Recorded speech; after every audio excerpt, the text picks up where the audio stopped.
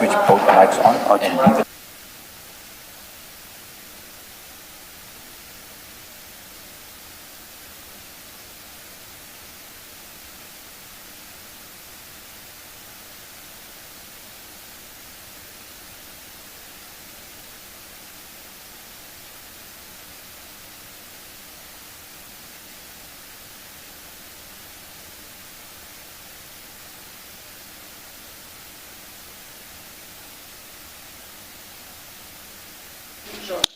One, two.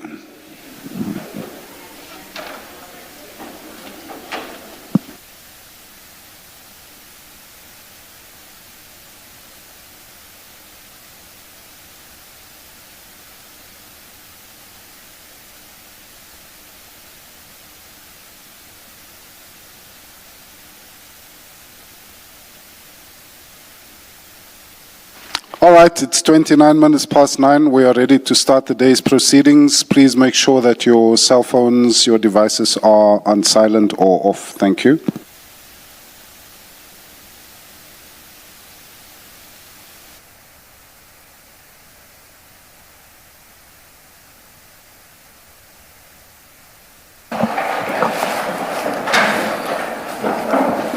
Good morning, Mr. Chairperson. Morning, Chair. Yeah.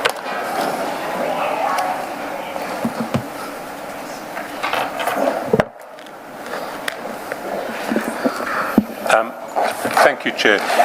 Today's witness is Mr. Len Barnabas John. Good morning, Mr. John. Good morning, Commissioner. Will you be swearing or affirming? Swearing, Commissioner. Do you swear that the evidence you're going to give is the truth, the whole truth, nothing but the truth? If so, please raise your right hand and say, "So help me God." So help me God. Thank you. Thank you, Mr. John. I just want to check that you have the same files as me in front of you. So there should be a smallish file called witness statement. That's correct. And then a bundle of exhibits that runs to about 1,430 pages. That's correct. Yeah. Thank you. Perhaps not that we do it consistently, Mr. Chairperson. If perhaps you could just indicate for the record that we have stepped off, even if just for a while, the IDAC stream, and that we are starting on a new stream, and you identify it. Yes. Chair, we have indeed stepped off the IDAC stream. We'll step back on briefly on Friday. But Mr. John is going to be the first witness in relation to a topic dealing with gangs in the Greater Durban area and the possible police involvement in the activities of these gangs. Thank you. Now, Mr. John, we need you first to confirm the correctness of your statement, but before we do so, I know from our discussions that you need to correct certain of the figures that appear on page 27 and page 28.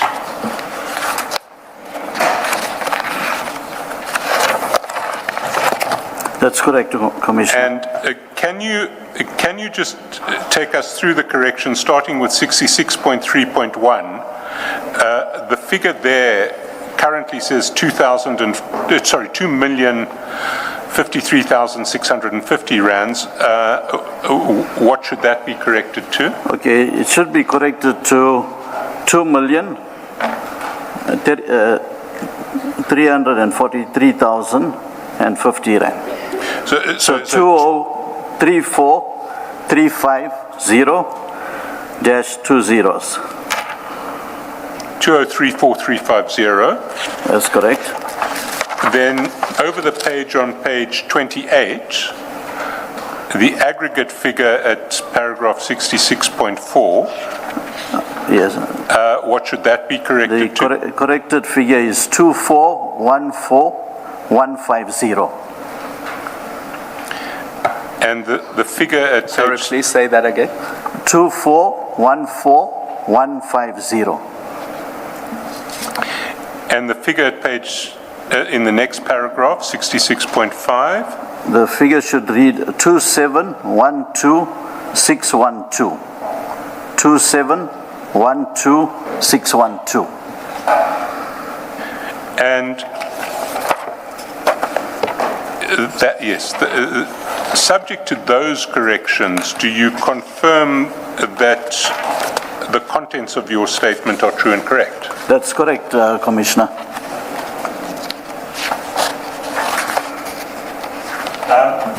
Then can we start at page 1 of your statement, and can you describe to the Commission, as you do in the statement, who you are, what your job is, and how you came to be called into this Commission?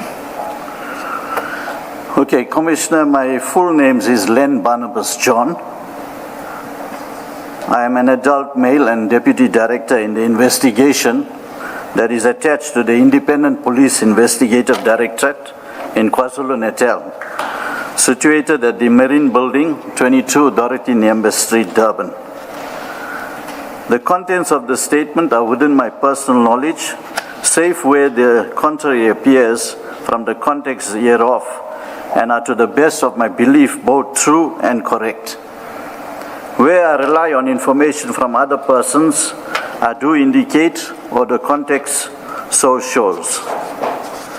Where I make reference to legal prescripts and conclusions therefrom, I do so based on my understanding of the legal prescripts, in particular the Independent Police Investigative Directorate Act 1 of 2011, the IPAD Act, the South African Police Service Act, Act 68 of 1995, the SAPS Act, and the Criminal Procedure Act, Act 51 of 1997, the CPA Act.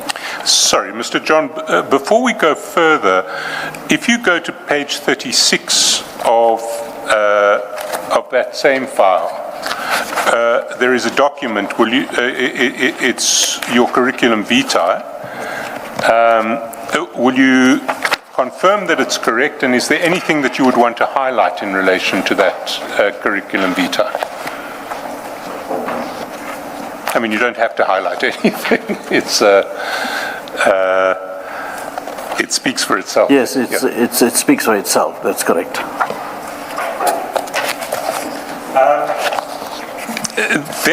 Then at page 2, paragraph 6, you speak about certain task teams. Can you just describe what they are and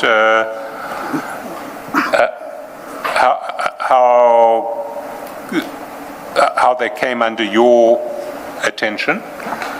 Okay, the 3 task teams that have been identified has been implemented to combat crimes committed within the illicit drug industry, the cash in transit heist, and the taxi industry. And these task teams, the one task team was under Captain Dina Dayalan Govender, who is known as Dina. The second task team was Colonel Kalashwayo, and the third task team was under Captain Pedro Rodriguez. But Pedro Rodriguez worked interchangeable with the 3 task teams. These task teams came under our focus when we started to investigate the number of police killings under the hands of the police, which is investigated under the mandate of IPAD, Section 28(1)B, which indicates that any deaths, IPAD must investigate any deaths as a result of police action. And you said police killings. You meant killings by police. Yes, police deaths as a result of police action. Okay, all right, thank you.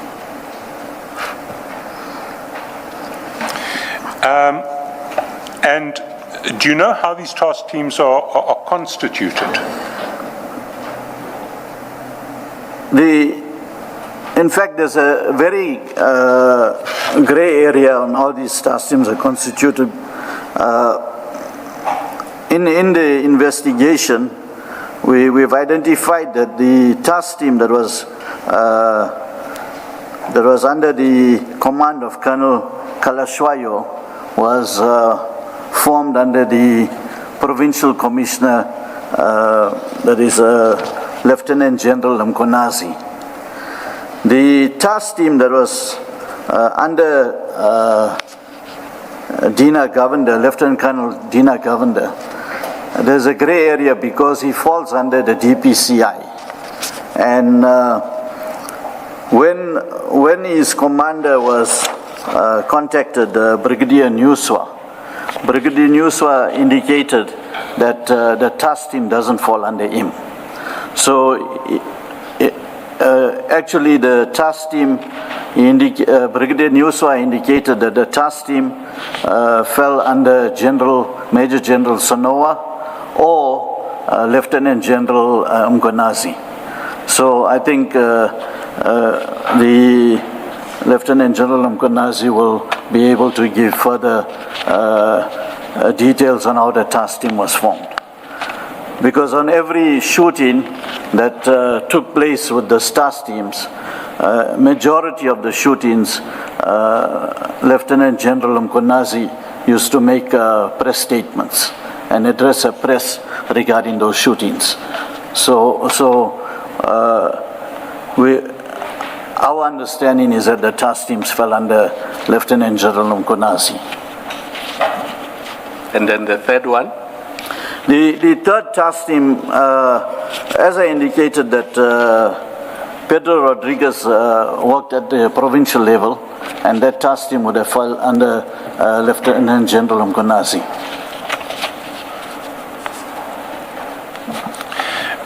Now you mention in paragraph 10 that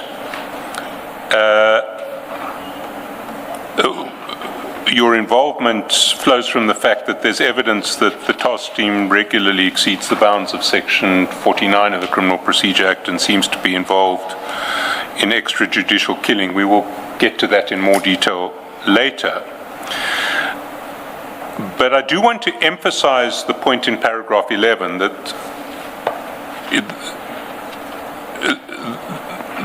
the Commission is not here to investigate extrajudicial killing.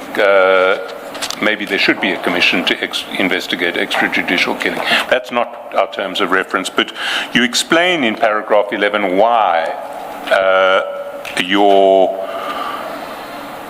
investigations into the task teams are relevant to our terms of reference. And can you maybe read paragraph 11 and paragraph 12 into the record? Okay. I have been advised that the terms of reference of the Commission do not extend to the investigation of extrajudicial killings by members of the SAPS per se. However, in an environment where a task team of the SAPS is apparently able to escape accountability despite evidence of its repeated involvement in extrajudicial killings of alleged criminals, there is an heightened risk that criminal syndicates will seek corruptly to influence a task team to kill their rivals. There is clear evidence that this risk has materialized in KwaZulu-Natal. By way of illustration, I'll refer in some detail below to the killings of Mr. Bevan Loftus. As I show below, there is at least a prima facie case that at the instance of Mr. Clive Naika, the alleged leader of a drug and towing gang, Lieutenant Colonel Dina Govender deployed the task teams to kill Mr. Bevan Loftus, who was the alleged leader of a rival drug and towing tow truck gang. And can you explain to the Commission how drugs and tow trucks come to be linked? Okay, Commissioner, it's a known factor that certain police officers at station levels are linked with certain tow truck businesses. We also have identified that with the tow trucks, you'll get police officers who will give jobs to certain tow trucks in order to get you can call it a payment from them, more like an incentive. You call a tow truck and they will pay you like a commission. So police are very much involved in the tow truck industry. They have their friends in the tow truck. They know the tow truck that they can communicate with. And because of that, we see that the tow truck industry has a free rein when it comes to crime, because we believe that the tow truck industry, the tow trucks are used for transporting drugs. I'm not saying that all the tow trucks, but in many of the cases, the tow truck industry and the drug industry go together, hand in hand. We see the tow trucks are being used to transport drugs and to supply drugs. And the reason they do that is because they have police friends that don't even stop them and search them. Even at roadblocks, they have a free passage to go through. So that is the conclusion that we come to, is that the tow truck industry and the drug industry are actually related to each other. Except perhaps for what may be known amongst the police through conversations, have there been any arrests of tow truck drivers, tow truck owners? In terms of? Have there been, yeah. Yes, there have been arrests, but those arrests are made by the police, because we don't deal with tow truck drivers. Those arrests are made by police. We've also have known cases, and I've got it in my bundle, known cases of tow truck drivers who due to the taxi turf war, the tow truck turf war and the drug turf war were killed. All right, thank you. Mr. John, good morning. You said police at station level give jobs or preference to tow trucks. Do you mean that when there's an accident, they are told that there's an accident scene and their preferred tow truck business people are then given a heads up to go to that scene? What exactly do you mean by police at station level give jobs to tow trucks or their friends in the trucking business? Commissioner, that's exactly what you indicated, is that when there's an accident in a station area, certain policemen have their preference on who to call, which tow truck to call to the scene. And then you get another group of policemen from the same station, and they have their own preference on who to call to the scene, because they're getting paid from those tow truck drivers. And I'm assuming if you're not their preferred tow truck, they remove you from the scene so that their preferred friends in the industry become part of that scene and they move That's correct. accident-involved vehicles from the scene. That's correct, Commissioner. Thank you. Mr. John, you say that Mr. Naika is involved or is the leader of an alleged drug and tow trucking gang, and the same about Mr. Loftus. Do they have names, these gangs? I don't remember in your statement coming upon a I've name. got the names of the towing companies that they run. Yeah. You speak of gangs. Are you saying the tow trucking company under which they operate is also the gang? That's well, I would say it's a tow truck industry, but when you look at the drug turf war, it's related to a gang. So it's basically we just know them as the towing truck by the towing truck name. Okay. Commissioner, if I can assist there will be evidence later as to the names of these gangs. Okay. Thank you. I can put on record at this stage that the gangs are the cartel, that one of them is called the cartel, and the other is called the Hollywood gang.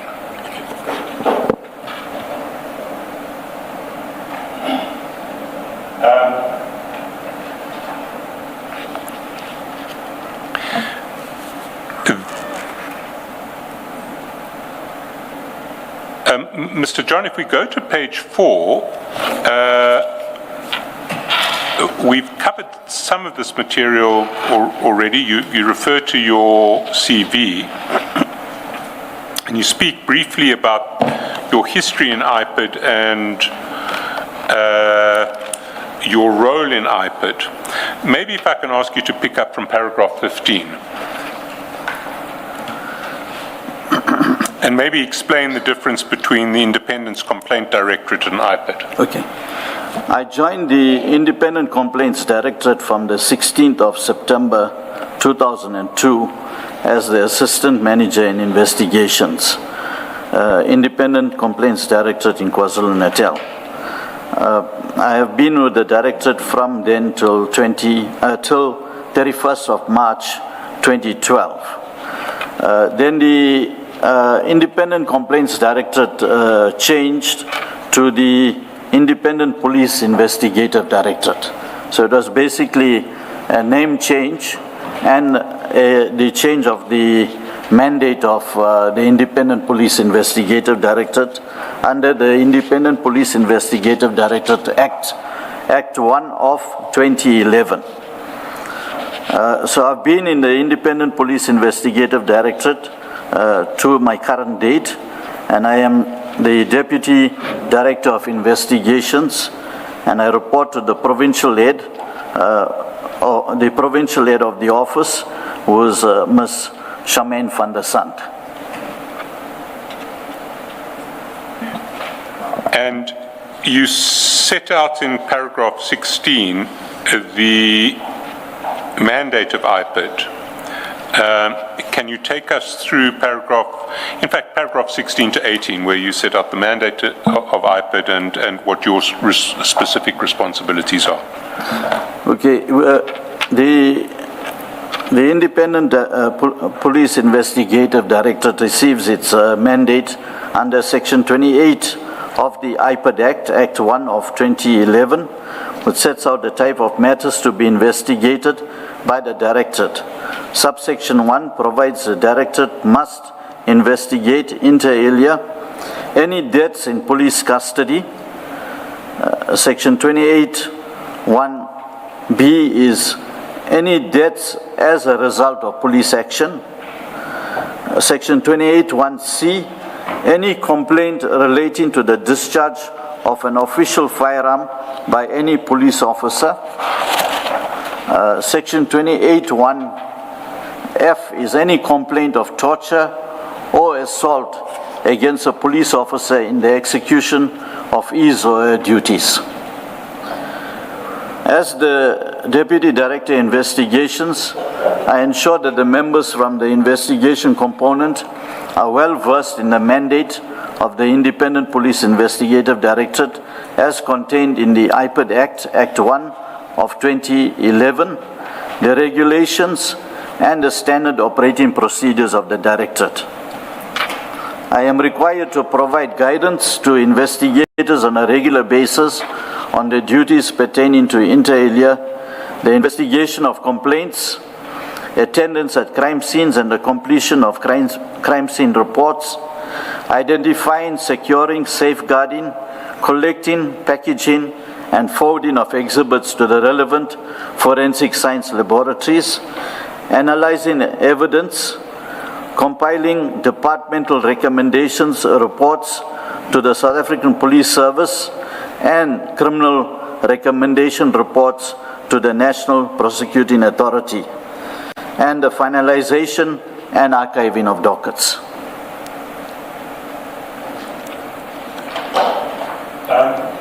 If we move over to page 6, if we move over to page 6, you talk about the increase in extrajudicial killings, and can you take the Commission through paragraph 19? I don't think you need to read out the details of the table that follows, but maybe summarize it. Okay. Since 2023, there has been a surge in extrajudicial killings, which IPID has noted with great concern. Between 1st of April 2023 and 31st of May 2026, IPID investigated over 300 cases, of which 77 cases involved the deaths of 149 people as a result of police action by the task team. Now, Commissioner, we dealt with over 300 cases, but I zoned in on the 77 cases, which is in the attached list. In this 77 cases, these shootings were committed by members of the task teams. And in this shooting, there were 149 people that were killed. Now, if one look at this, in these killings, Director John, before you go to the table, just explain the concept of extrajudicial killings and how is it different from a situation where a police officer was defending himself or they came under attack, if there's any distinction at all. Okay, Commissioner, we've identified through our investigation that in these killings, you'll get a shooting where 6 people are shot and killed. However, when you do an investigation at the crime scene, you find only 2 firearms. And the police, their modus operandi is that, or their explanation all the time is that the deceased shot first at them before they could shoot. Now, when we've investigated, as we investigated, we identified a few cases which actually contradict the version of the police. For example, you get a case where there are 9 people that are shot and you find only 3 firearms. Now, in the area that, in the KwaZulu-Natal area, especially your area like Inanda and Kwamashu, the criminals normally, when they go into hiding, they hijack a premises.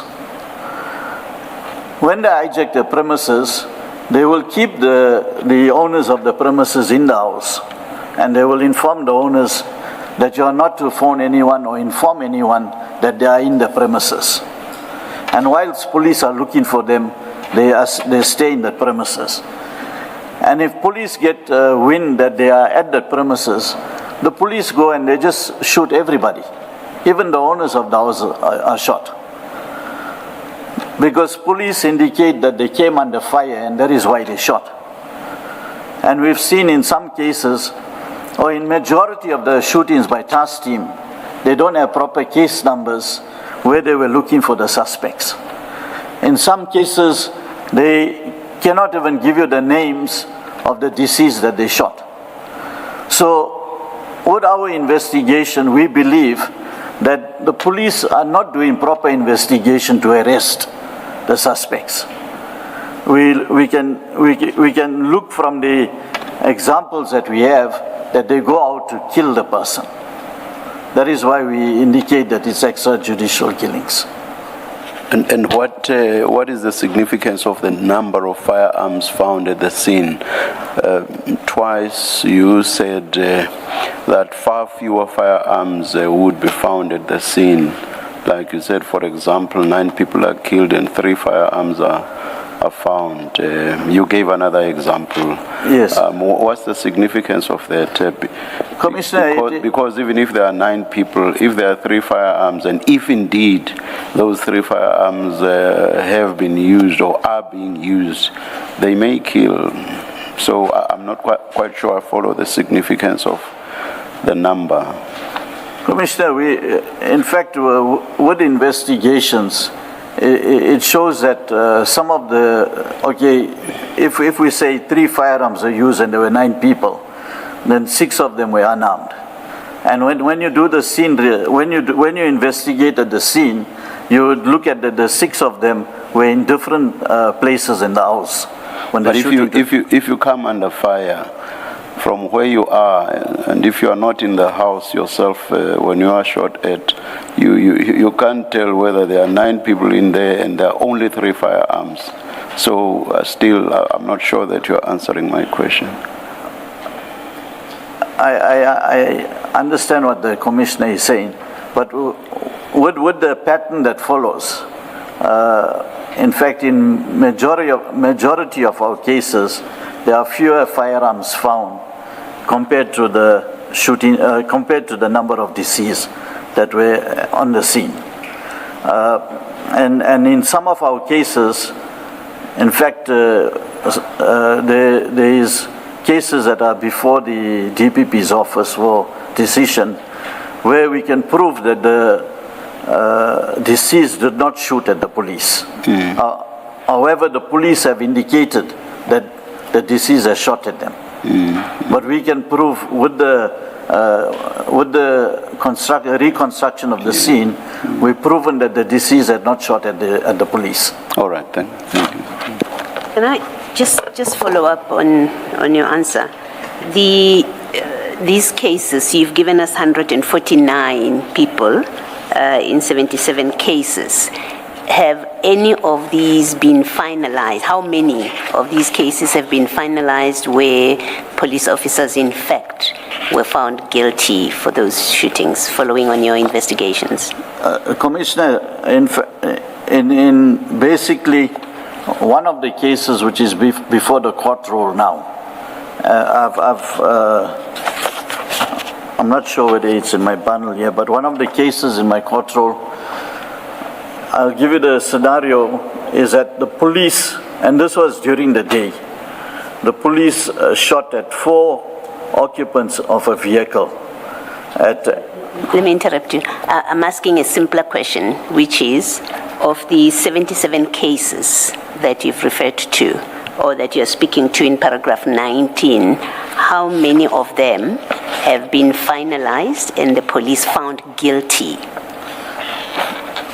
No, nothing as yet, Commissioner. They're still pending matters. Pending. All of them are still to be determined by a court. That's all right. Thank you.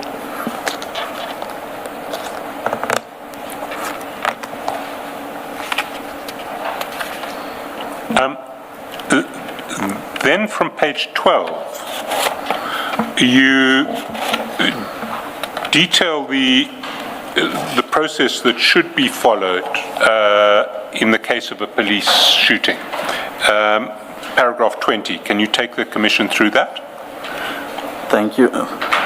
When a Section 28(1)B case, which is a death as a result of police action, is received by the Directorate, the supervisor of the group performing standby duties will engage the investigators to attend the crime scene. IPID is mandated under Section 24 of the IPID Act, Act 1 of 2011, to attend crime scenes.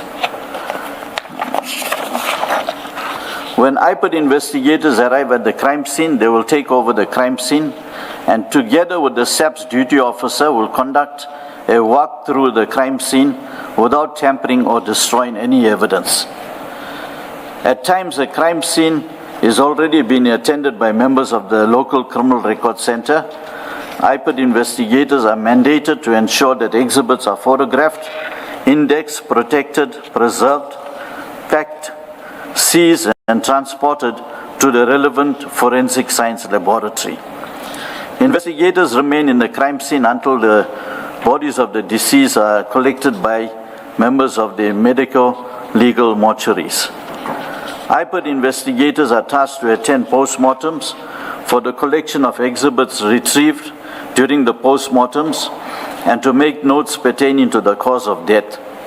Investigators are mandated to retrieve and analyze postmortem reports and present as evidence in the criminal and departmental proceedings. And then you discuss the challenges that you encounter as IPID. Can you take the Commission through paragraph 24? Okay. The challenges presented to IPID investigators pertaining to crime scenes include the following. Some scenes are not attended immediately due to the distance the scenes are from the office. For example, scenes within a radius of 150 kilometers are attended on the same day. However, scenes outside the 150-kilometer radius are attended only on the day the post-mortem will be conducted. Sorry, you appeared to state this categorically, as it were, but I would imagine that what you mean is that generally, because otherwise it sounds rather mechanical. For example, if a scene that's 149 kilometers from your office can be attended on the same day, why is that not the case with a scene that's 151 kilometers from your office? If you see what I mean. Commissioner, so all I'm saying is perhaps you should say generally. Generally. Yeah. Okay, thank you, Commissioner. Commissioner, the problems that we have when scenes are far away is that the station normally contacts us, like maybe they will contact us half an hour after they receive the report, or maybe even an hour after they receive the report. Now, for us to get to the scene, if it's going to take more than an hour or more than an hour and a half, it becomes difficult even for the police to be on the scene. But I did highlight it here in my... So some scenes are not attended due to the volatile area, and when members of the SAPS come under attack by the members of the public. These scenes are attended on the day of the post-mortem.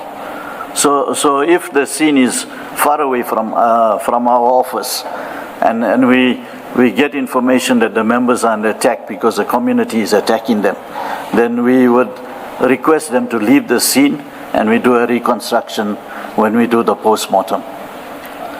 In some cases, SAPS officials deliberately delay the contacting of IPID officials, raising suspicion that they want to tamper with the crime scene, for example, by planting of weapons and primary residue on the deceased.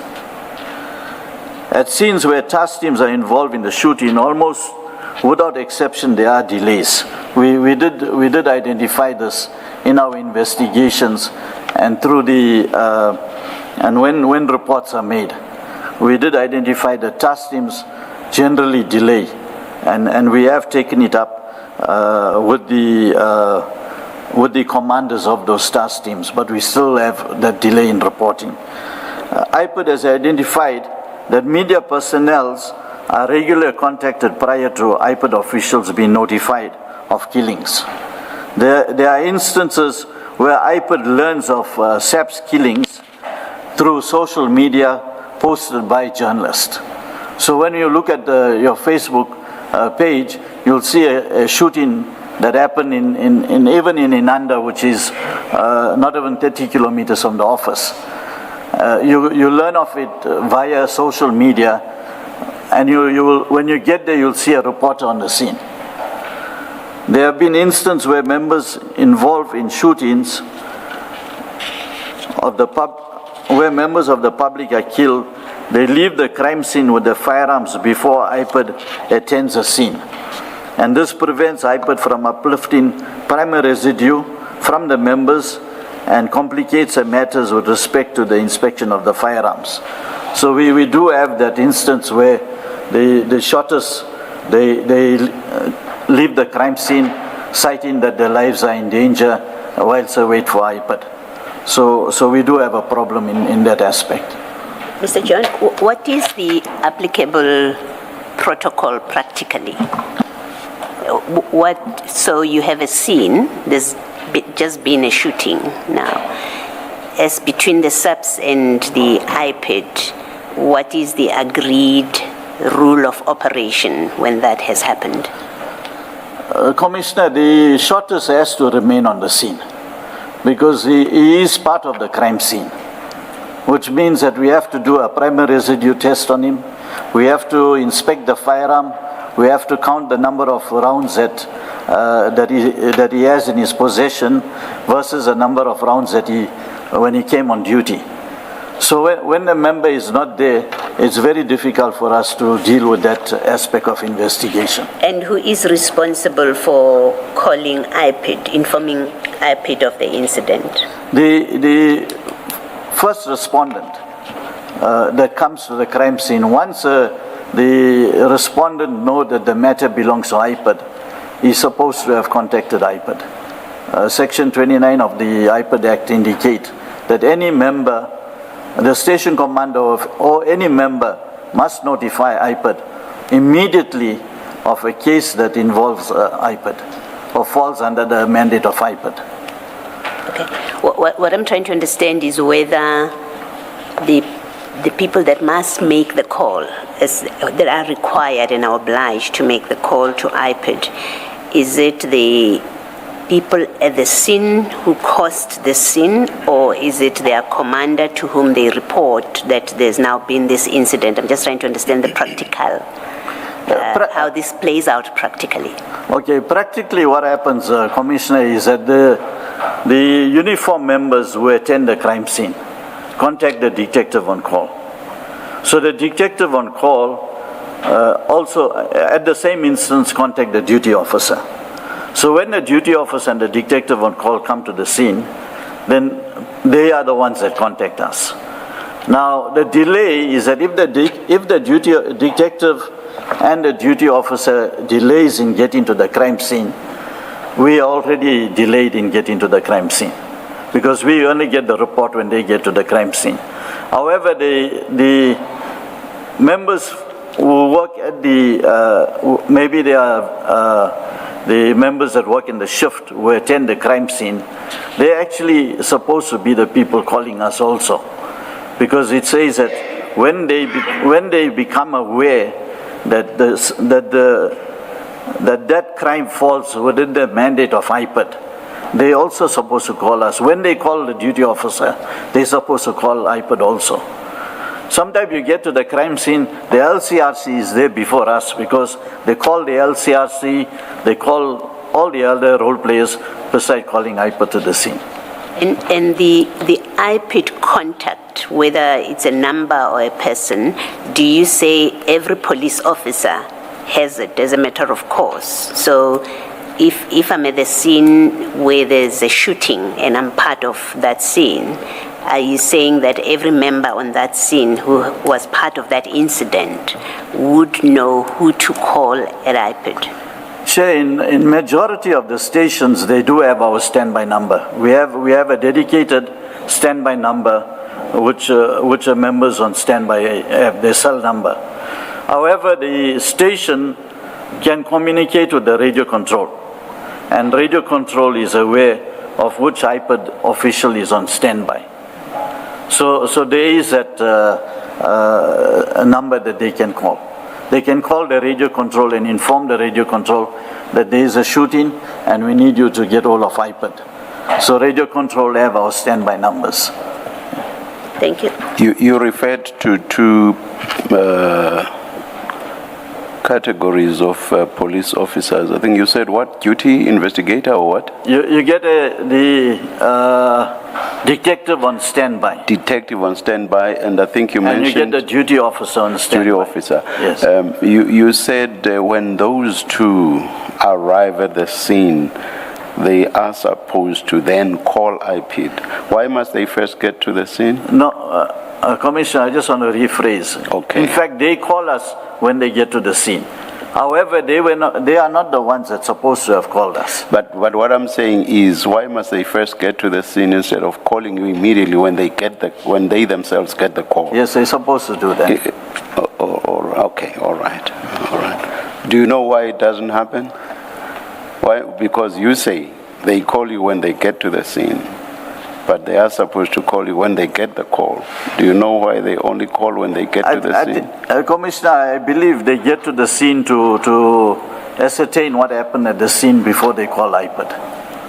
But that should not be the case. They should, when they get called and they are informed that there is a shooting by the police, and this is an IPID-related matter, they're supposed to immediately call radio control and inform radio control to call us. Yes, because I would imagine with such matters, you don't want to lose time. You want to get to the scene immediately to start collecting evidence. That's correct, Commissioner. Thank you. Just following up from that, Mr. John, as I read 29(1) of the Act, well, let me read it out. The station commander or any member of the SAPS or municipal police service must, A, immediately after becoming aware, notify the Directorate of any matters referred to in 28.1a to F. And 28.1b is a death as a result of police action. That's correct. So it's a duty that rests on any member of the SAPS, including the shooter, him or herself. That's correct. And then what we see in Chapter 9 of the IDAC, Section 33.3, there is actually an offence created. Any police officer who fails to comply with Section 29 is guilty of an offence. Yes. Are you aware of any prosecutions of that offence in Section 33.3 of the IPID Act? We have opened cases under Section 33, contravention of Section 40, contravention of Section 29 of the IPID Act. Chair, in many of those cases, the SPP declined to prosecute, citing that the act was a new act at that time in 2012, 2013, 2014. They cited that we have to produce evidence that the member is aware of the act, because we cannot charge if the member was not aware of the act.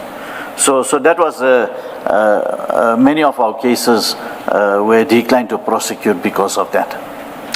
But I mean, in the context about which we're talking, these task teams, where your evidence is we're dealing with a repeated problem here. Have you raised this issue? I mean, I presume that the commanders of these task teams are by now well aware of Section 29 of the Act. Yeah. And have you pursued attempts to prosecute any commanders who repeatedly contravene Section 29? We have cases which we are investigating with the actual shooting in the list that I've provided. We have some of those cases where we were not called to the scene, totally not called to the scene, and only came to know about the scene a day later. So we have open cases, and those cases are being investigated together with the shooting.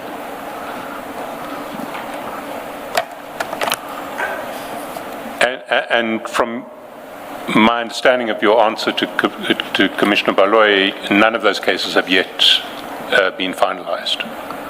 None has finalized in court as yet. If we move then to the next topic, which is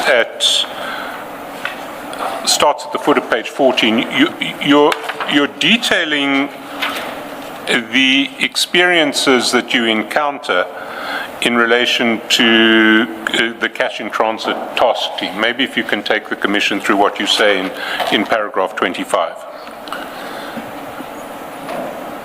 Okay, in the majority of shootings involving alleged CIT suspects, the task team under Lieutenant Colonel Dina Govender has been involved. The facts of this case bear a striking similarity. The consistent pattern is the following.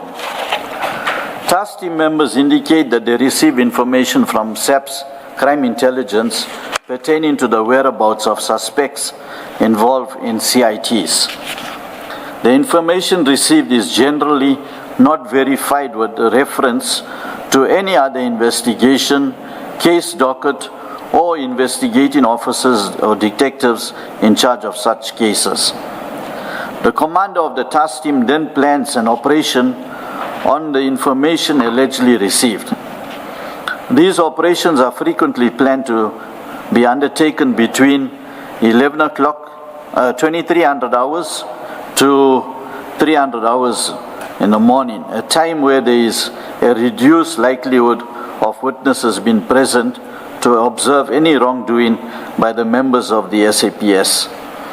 The members on most of these operations are wearing civilian clothing and or balaclavas or face mask without any SAPS insignia. Despite the fact that they have apparently chosen deliberately not to wear uniform that would identify themselves as police officers, the members always claim that when they approach the premises of the alleged CIT suspects, they introduce themselves in an audible manner, indicating that they are police officers. They then invade the premises of the alleged CIT suspects.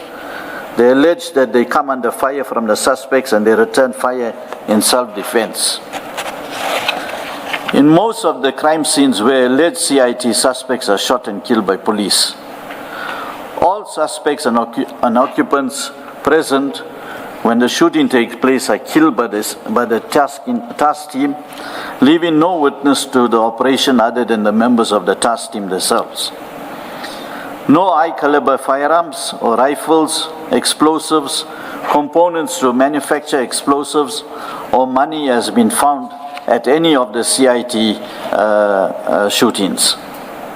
IPID usually find only homemade firearms, pistols, or revolvers, which are allegedly pointed out by the police officers implicated in the shooting of the suspects. The SAPS commander in charge of the task teams is frequently unable to provide the names or identities of the suspects who are killed. Very rarely are they able to provide the SAPS case number in which the suspects or deceased are allegedly implicated in the CIT robberies, leaving a suspicion that the so-called suspects killed during these operations may not have even been involved in any CIT robberies. Now, I have two follow-up questions. The first is, these are all general statements. Has IPID done any statistical analysis? Can you, is there anywhere where we can get detail in relation to these general statements? Chair, in these cases that we are investigating, I indicated the 77 cases that we're investigating. In majority of the cases, you'll not have the name of the deceased. When you go to the crime scene, the commander of the task team that is present will indicate to you that the deceased are unknown. In some of the cases, when we get case numbers which are provided, we go to the stations, relevant stations, and we pick up the dockets. When we pick up the dockets, you will not even find the name of the deceased in those dockets. No, I understand the proposition that you're putting forward there, but has IPID, as it were, done any statistical gathering of information so that you can describe, just at a simple level, how many of those 77 cases that we see in your table were there deceased people who were not linked to any dockets cited by the team? In fact, in all those 77 cases, the 77 cases, the dockets that we peruse cannot link the deceased to the initial cases that were opened. In every single one? In every single case. You're telling the Commission that in every one of these 77 cases? Because in majority of the cases, they are unknown. Deceased are unknown. So if they are unknown, how do you link them to a shooting? If they are known, then in fact... No, I understand if they're unknown, they can't be linked to any docket. Yeah. Presumably they are identified at a later stage. When they're identified at the later stage, their names are not in the docket. When we pick up the docket from the station, the names are not in the docket. Do you mean in the station of origin where the case was opened? Yes. They are not identified as suspects in that case? Yes. In some of the cases, we interviewed investigating officers. And investigating officers indicated, I did not task anyone to go looking for a suspect because I don't know the suspect. So in the, Commissioner, when they get this information about suspects in cash in transit or in cases of murder and so forth, they don't do a proper investigation to link those suspects to the case. And in the operations, they don't involve the investigating officer who is tasked with the docket. They just get the information, they plan an operation, and they go, and then the shooting takes place. Can I just understand what it is you're saying is wrong? We, for example, have had evidence to do with drug busts, right? And in what we have had, at least according to the evidence tendered, there is no first opportunity to identify a suspect, open a docket, have a name, investigate them. The story is we got a tip-off from crime intelligence officer that there is these drugs at this particular place, and we went and did a bust. So there's obviously no docket at that point when the bust is done, and there's no case number, there's no known suspects. That's correct.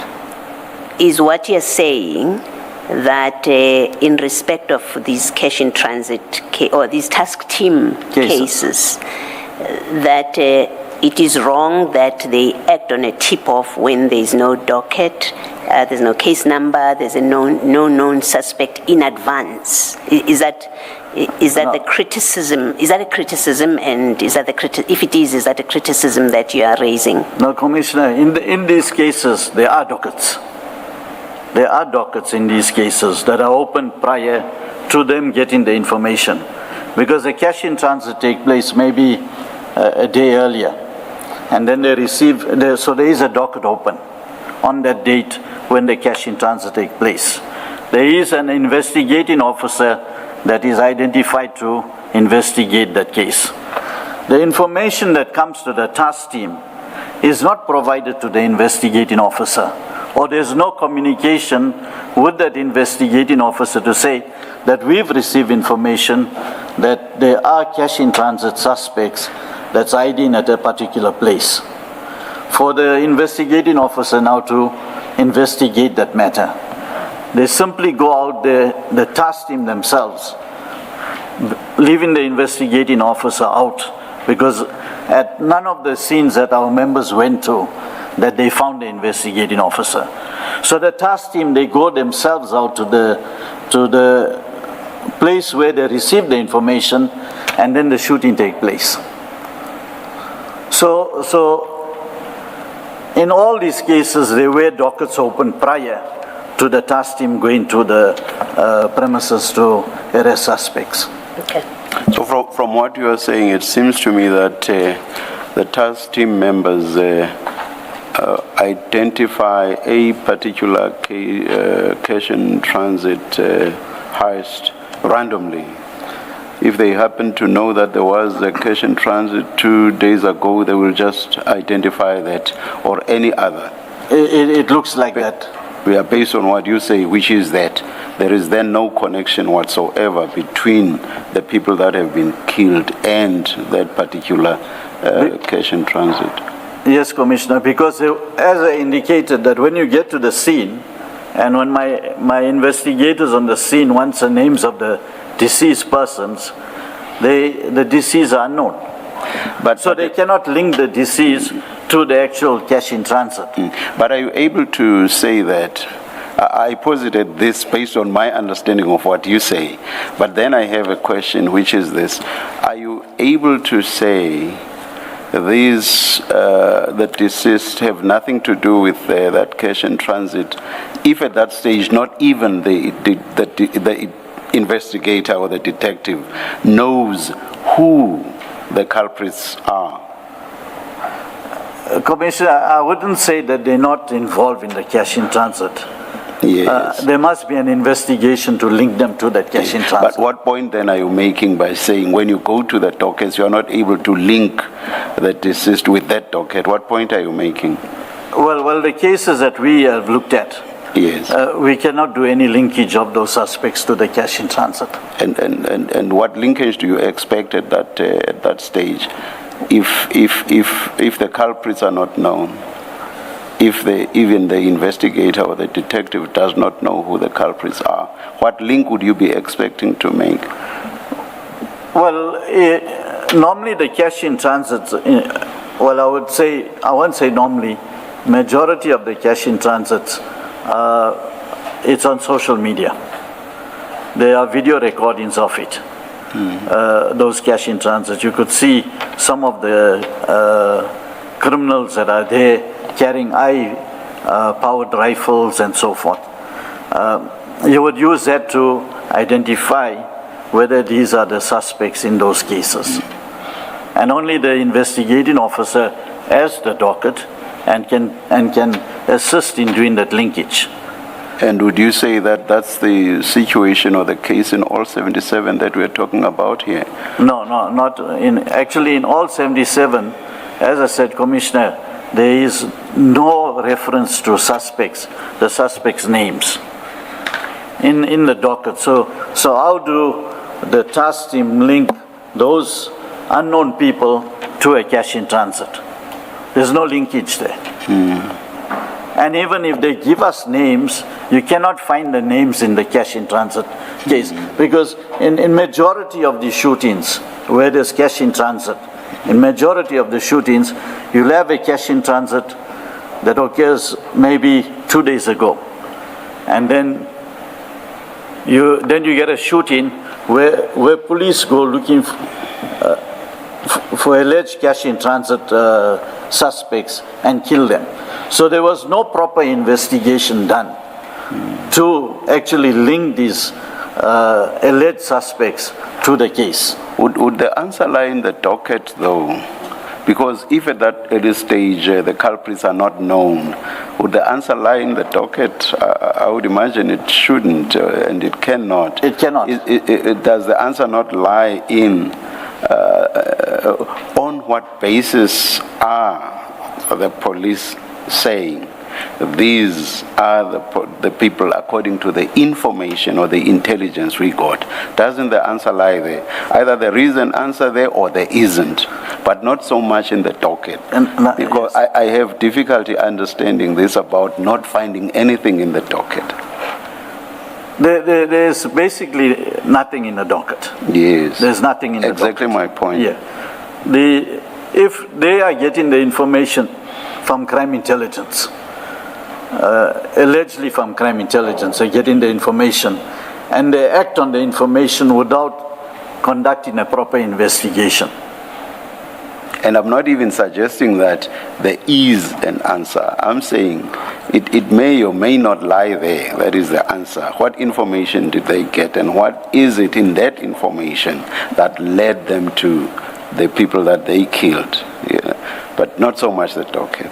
Oh, well, Commissioner, the information they get is that there is a particular premises, and mostly it happens in a informal settlement. Yes. They will indicate that there's a particular house where they is suspected to be the suspects that were involved in the cash in transit. Yeah. So they get the information during the day, but they plan the operation to go through the night. And living in KZN, it's very difficult to go do operations at night, especially in the informal settlements, because it's dangerous to do these operations.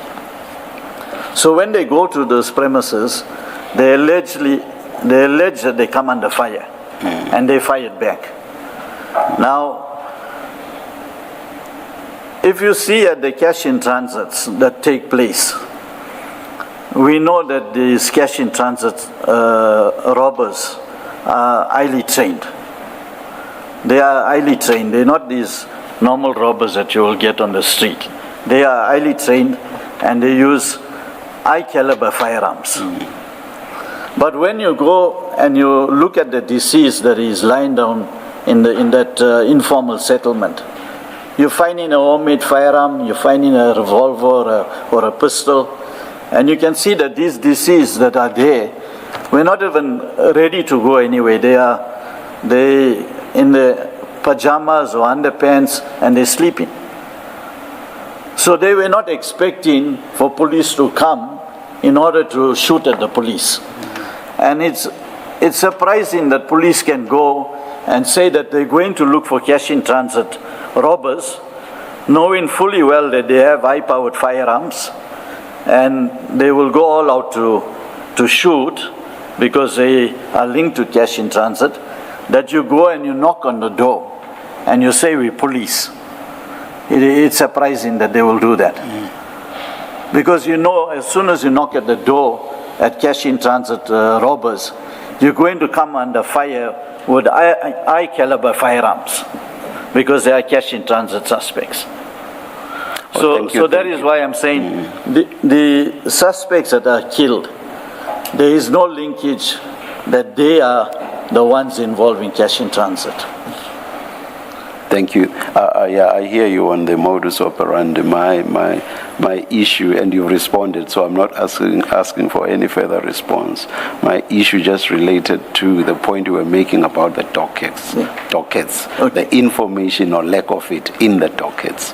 You've already responded, and yeah, I'll leave it there.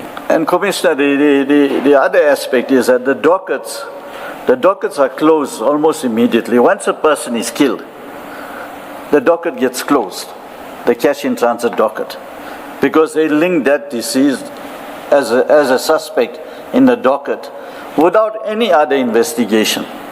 Not looking at the firearms that they used, whether those firearms are linked at the cash-in-transit, or maybe placing their cell phone at the scene of the cash-in-transit. That docket is immediately closed. So there's no further investigation done on that cash-in-transit docket that has been opened. But that's strange. Who closes the docket? The station. Even the task team themselves. They write the name of the deceased on the docket, and the docket is closed. I don't understand that. Not if no connection was made in terms of investigations, that the person who has been killed was indeed the person who had committed the cash-in-transit. I just don't follow that. Well, based on the... There's a missing link in there. Yeah. Based on the statements of the members of the task team, that they went looking for suspects involved in the cash-in-transit. That case get closed. Yeah, but I'll leave it at that. We are not inquiring after the extrajudicial killings. Yeah. Can I just follow up on Mr. Chaskalson's question about statistics? Of the 77 cases that you say relate to task teams, what percentage or number of that relates to cash-in-transit? Because your statement focuses on cash-in-transits.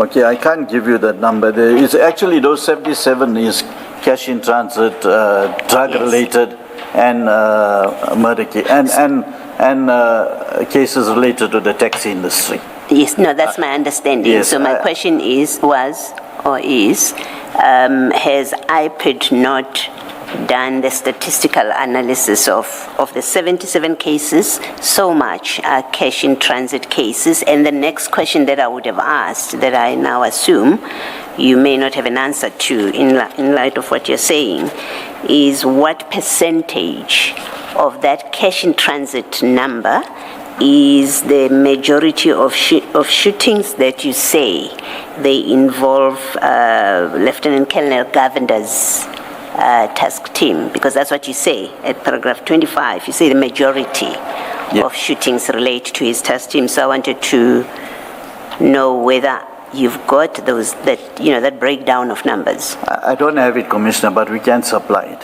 Okay, thank you. Maybe while we're on this topic, just to illustrate what you've been saying to the Commission, can we discuss can you go to the Hibadine case that you talked to at paragraph 21? Because I think this falls into the category that we're just discussing. Paragraph 44. Yes. Okay. Okay, Commissioner, in this case, members of the Colonel Governor's task team were on duty on Saturday, the 2nd of March 2024, and at about 1 o'clock, the members proceeded on an operation to arrest an alleged CIT suspect. Information was received from crime intelligence that the suspect was planning a CIT robberies in Eastern Cape. That is what Colonel Governor informed the IPED investigators, that the information they received was this suspect was planning to do a cash in transit in Eastern Cape. The suspect went into hiding in... Sorry, can I just stop you at that point? What degree of information would be required before you were able to arrest someone for planning CIT robberies in the Eastern Cape? Well, you have to do a proper investigation, like put surveillance on the person, apply for a court order to tap their phones, to listen into the conversations if you have that. You can't just get information that the person is planning to do cash in transit and then go to arrest him. You arresting him on what? There's no crime that he didn't commit any crime. He's only planning to do it. But you still have to show that he's planning to do it. Now, they received information that he was planning to commit cash in transit in Eastern Cape, and they rushed out to his premises. So at that stage, at that early stage, when you are doing the surveillance, I would imagine you don't open a police case. You can open an inquiry, Commissioner. An inquiry? Yes, a police inquiry. Oh, okay. And then you can, with the inquiry, you can apply for a court order.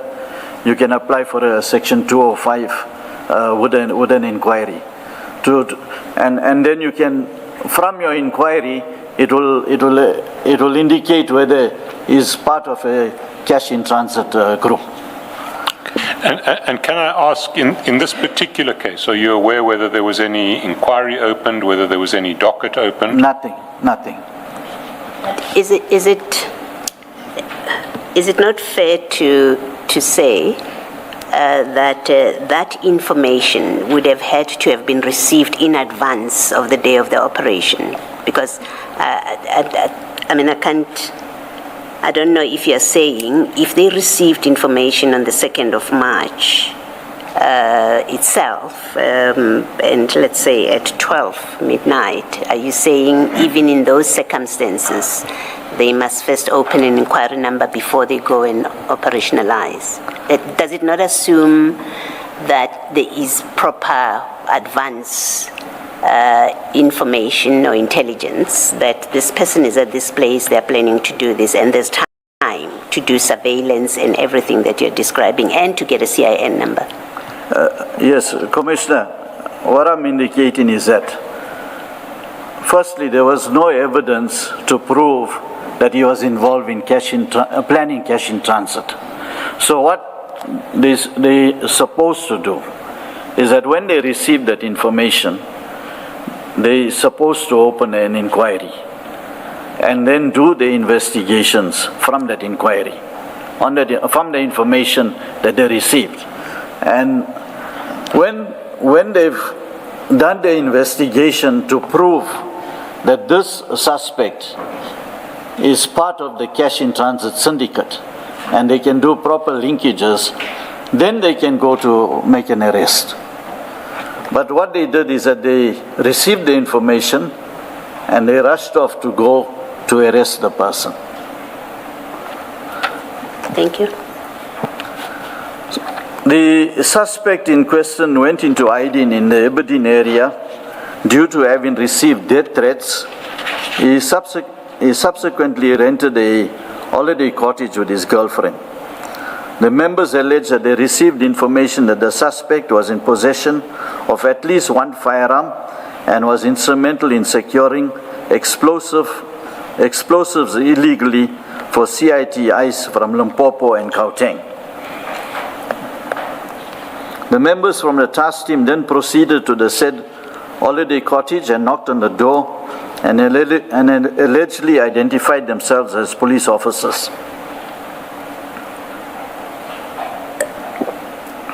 The suspect opened the door, after which the members proceeded inside the premises and searched the lounge and found nothing suspicious. Now here the police knocked on the door, the suspect opened. If the suspect had anything to hide, he would have not opened the door. He would have shot at the police at the same time. The keys of the suspect's vehicle was found on the table. Some task team members took the suspect's girlfriend outside to the suspect's vehicle to search. Now they should have taken the suspect outside, not the girlfriend, because the vehicle belonged to the suspect. 2 members were left to guard the suspect, and they were armed with the R5 rifles and pistols. It is alleged that the suspect wanted to change, and the members accompanied him into the bedroom. The members allege that the suspect grabbed one of the SAPS members' R5 while at the same time pulling his firearm from under a pillow. The member alleged that he and the suspect lost balance. When the suspect got up, he fired his pistol in the direction of the member, missing him and his colleague. The member fired 4 rounds at the suspect, fatally wounding the suspect. The deceased sustained 4 gunshot wounds. Now, in this matter, Chair, Commissioner, you got 2 policemen who have R5 firearms pointed at you. Now, the suspect opened the door for these policemen to come in. So what is the reason for him now to try to disarm the policeman of the firearm? Even if he shot both those policemen, there were still 10 policemen outside. So he would not have achieved anything. When we did this investigation, we identified that this deceased was he was the owner of a taxi industry. He's the owner in the taxi industry. The IPID investigators requested for police case numbers in which the deceased was sought for. However, the commander of the task team failed to provide any case numbers to validate the claim that the deceased was in fact sought by the police for any offences, let alone CIT offences. According to the first police officer responding to the scene, the deceased was the one who opened the door when the police requested entry to the lodge. Members on the task team had not found any illegal firearms, explosive or any items to indicate that the deceased was in fact involved in CIT robbers. The girlfriend of the deceased is currently in hiding, as it is alleged that she was threatened by the members of the task team. The position of the deceased on the scene of crime contradicts the version of the members of the task team in relation to his attempt to draw a firearm from underneath a pillow, as he was found at the base of the bed while the pillow was at the head of the bed. The only outstanding investigation in this matter is a statement of the suspect's girlfriend, who is being sought. There is a clear indication that the version of the task team members are fabricated to cover up an unjustified shooting. As soon as a statement has been obtained from the suspect's girlfriend, the docket will be forwarded to the senior public prosecutor for a decision. IPID has yet to be presented with any evidence suggesting that the suspect was involved in CIT crimes, nor has the task team offered any explanation as to how it was informed that the suspect was in Aberdeen. It seems that the task team merely used cash in transit to cover the action of killing a taxi owner. Their inability to explain how they were informed of the whereabouts of the suspect raises suspicion as to whether rival taxi owners may have been involved in tipping them off. How do you make that jump to the suspicion about rival taxi owners. Is that the most plausible inference under the circumstances? If so, why? Chair, the deceased went into hiding after he received threats from rival taxi owners. And where he went to, nobody knew, not even his family knew where he went to. And here the police is saying, or the task team is saying that he was involved in cash in transit or planning cash in transit, when they cannot find or provide any evidence to that effect. No case numbers. He was found in his. He was found in that resort or in that holiday accommodation with his private firearm, licensed private firearm. There was no illegal items found even in his vehicle when they searched his vehicle.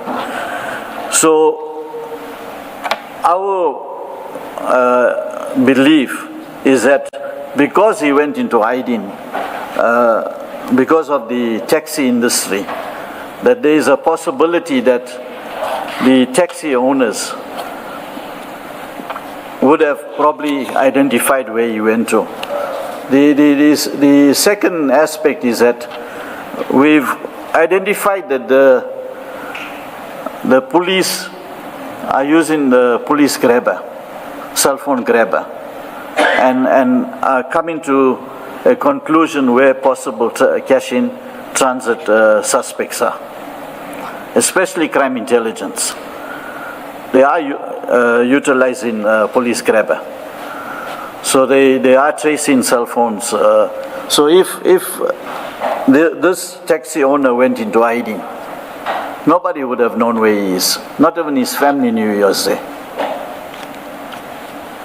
Or unless I missed it, you were mentioning the fact that the death threats were made by rival taxi owners. You are mentioning that for the first time in response to my question. In paragraph 45, where you mentioned death threats, you say the suspect went into hiding in the Hibadin area due to having received death threats. Yeah, from taxi. There you don't say from whom. I apologize, Chair. From taxi rivals. But as I say, I don't know whether between 45 and the end of this topic you do mention the rival taxi owners. I don't know. But in 45, that's where you mention the threats. In my initial statement, Chair, I indicated that the deceased was a well-known taxi owner. I do apologize for not putting it under there. He received death threats from taxi owners in the area. So that's the threats by rival taxi owners is the basis for your suspicion. That's correct, Chair. You connecting without saying so, and maybe if that's what you want to say in detail, you should speak to it. On the face of it, you are creating a connection between rival taxi owners that you say had threatened this person. You're creating a connection between those and the task team. Effectively what you're saying is the task team, in this case, according to IPID, appears to have been doing work or did the killing on behalf of the rival taxi people that threatened and caused this man to go into hiding. Is that what you're saying? And is it based on any investigation, facts, if you like, of that IPID has carried out? Because it's one thing to say this is what we suspect, and you have no control over how it gets understood to mean you have created that connection as a matter of fact. And if that's what you're doing, saying you've created a connection as a matter of fact, I think you should say so. Otherwise, if it is a theory and nothing more, I think that should come out clearly. Okay. Commissioner, I have another case here that I will discuss where you would see that connection. That's fine. We're still at the Heberden one. Is there such a connection that IPID has? Because your statement doesn't do that. It requires one to read between the lines that this is what you are suggesting. In the Heberden case, have you made that kind of connection as IPID? The only reason that I make that connection is that the task team did not have any information pertaining to cash in transit. There was no allegation, and they have not produced any information pertaining to cash in transit. However, we know that the deceased was involved in the taxi industry. And that is why we make that connection, is that because the same task team is involved in shooting other taxi owners. So insofar as it relates to the Heberden matter, you're saying that is the theory That's correct. Of IPID. That's correct. And you say the basis for that theory is because you have other cases where you will show that this task team has in fact done the bidding of a rival taxi group against another. That's correct. Okay, thank you.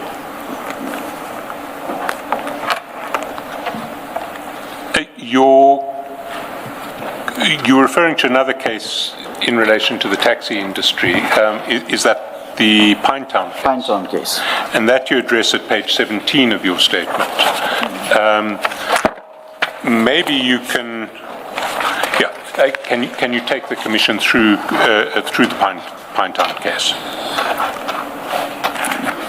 From paragraph 28, it is alleged that on the 30th of May, at about 10:30, members from a task team under the command of Captain Pedro Rodriguez shot at a vehicle, a Toyota Fortuner, to kill the driver. It is alleged that 10 members who were part of the operation stopped the vehicle on the M13, highway eastbound to Westville. 14 rounds were shot from the rifle at the said vehicle. Fortunately for the driver of the vehicle was an armor-proof vehicle. During the incident, the driver telephonically contacted the Provincial Commissioner, Lieutenant General Mkonazi, who informed him to drive off to the Pavilion shopping mall situated in Westville. The driver adhered to the instruction of the Provincial Commissioner, and he drove to the Pavilion shopping center where he met senior officers from Westville SAPS. The 10 members on the task team followed the driver. However, when they reached the Pavilion shopping center, they were greeted by the Pavilion security and senior police officers from Westville SAPS. Investigations have thus far revealed that there was a shooting of a taxi chairperson by the name of Reginald Boy Dladla in Hillcrest, and there was evidence that 2 suspects were identified for the murder. Captain Rodriguez was tasked with apprehending the suspects. The first suspect was allegedly killed when Colonel Kalashwayo's team tried to arrest him. This murder case is investigated by IPID under Hillcrest case 121/05/2024. The circumstances are... Sorry, before you get to the circumstances, can you please look at paragraph 33, the case number there. Is it the same one? There, it's all the numbers except for the 05 and the 03 are the same. I'm just checking if perhaps you've not, if it's the same case, I'm checking if you've not made a mistake. Chair, on the 05 or the 03, or are they different cases? Thank you, Chair. It's a typographical error. It's 05. 05. 05. So at 33 we must change it to 05. 05. Okay, thank you. Please continue then. The circumstances are as follows. The circumstances are as follows. The suspect was initially arrested while he was preparing to depart for Gauteng. That is the first suspect that was identified by Colonel Kalashwayo. So they arrested him at the KZN airport on a murder case, which was Pinetown CAS 457/08/2022, in which a taxi boss was killed. That taxi boss, I've indicated his name, Reginald Boy in Gladla. It is alleged that the police questioned the suspect about the firearm that was used in the Pinetown murder, and he then took them to his friend's residence in Hillcrest. And what do you mean? Which airport is this? You said KZN airport. Yes. That's the King Shaka Airport, Chair. Commissioner, King Shaka Airport. All right, thank you. It is alleged that the police questioned the suspect about the firearm that was used in the Pinetown murder, and he took them to his friend's residence in Hillcrest. Whilst at the said premises, the suspect requested to use a toilet. At the relevant time, he was allegedly accompanied by 2 police officers. The police alleged that the suspect reached for a firearm that was hidden underneath the sink in the toilet. One police officer then wrestled the suspect for the firearm, during which a round went off, at which point the second police officer shot the deceased. It is alleged that the deceased in Hillcrest CAS 121/05/2024, who was a well-known established businessman in the taxi industry, had borrowed the Toyota Fortuner from Mr. Ngobo. The complainant in Pinetown CAS 678/5/2025. Sorry, the case numbers can get confusing. So the complainant in Pinetown CAS 678 is the complainant that was shot at by the task team under the control of Captain Rodriguez. That's correct. That's correct. Sorry. I've picked up something similar about the case numbers. Here you have 678. That is here 33. 35. You have 673. And again, the rest is the same. These different cases, or again, is it one case with a typo? No, it's one case, Chair. So which one do we change? Chair, it's 678. The heading... The correct one is 678. So at 33, then we change the 673 to 678. 678, that's correct. My apologies for that, Chair. No problem. Another observation, in the heading, you have 678/05/2024, and then at 33, you have 678/05/2025. Is that a typo? It should be 2024. 2024.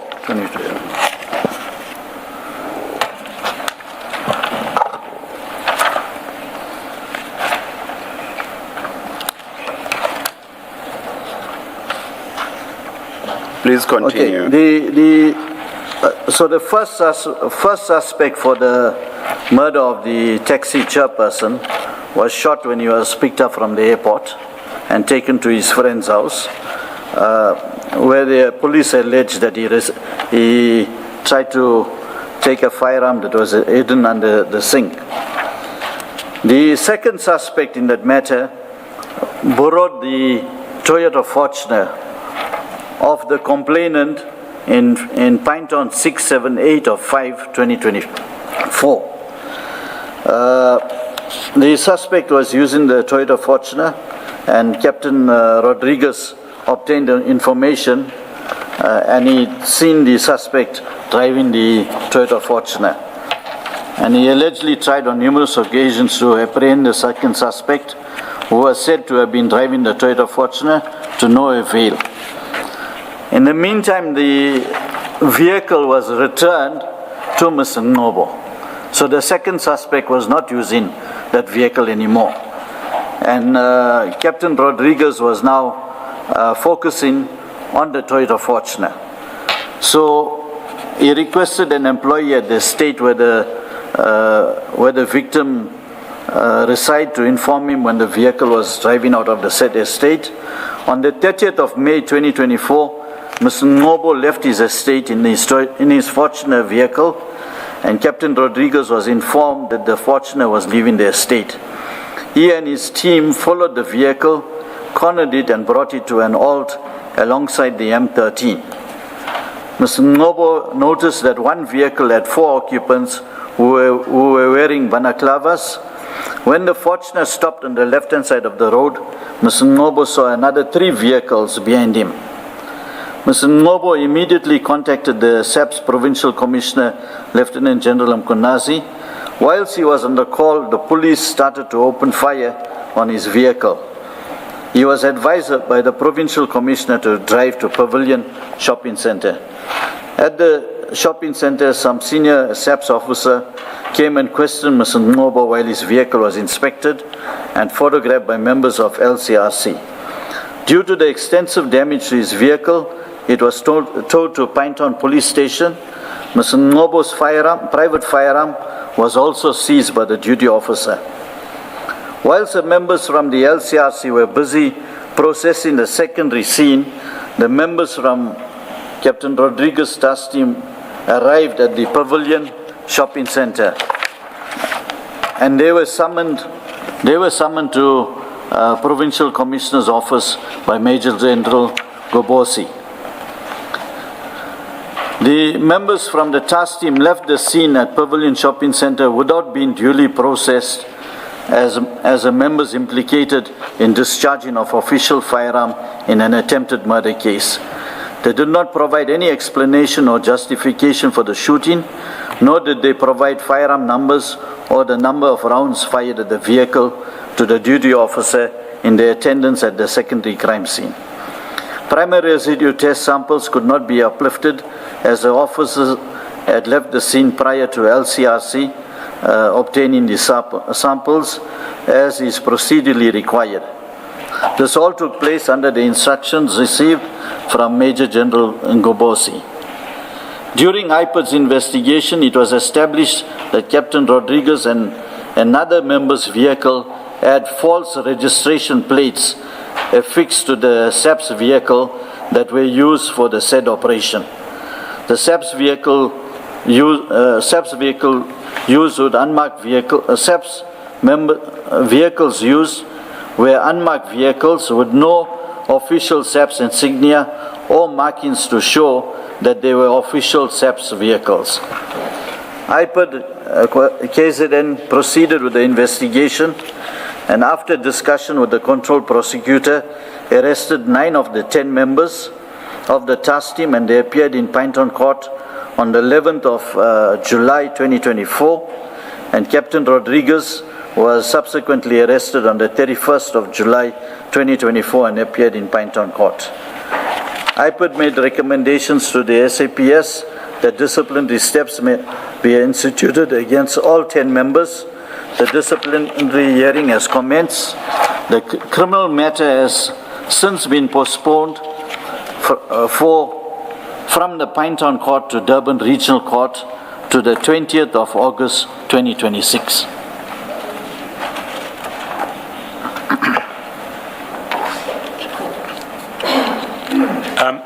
Can I just clarify one issue? False registration plates.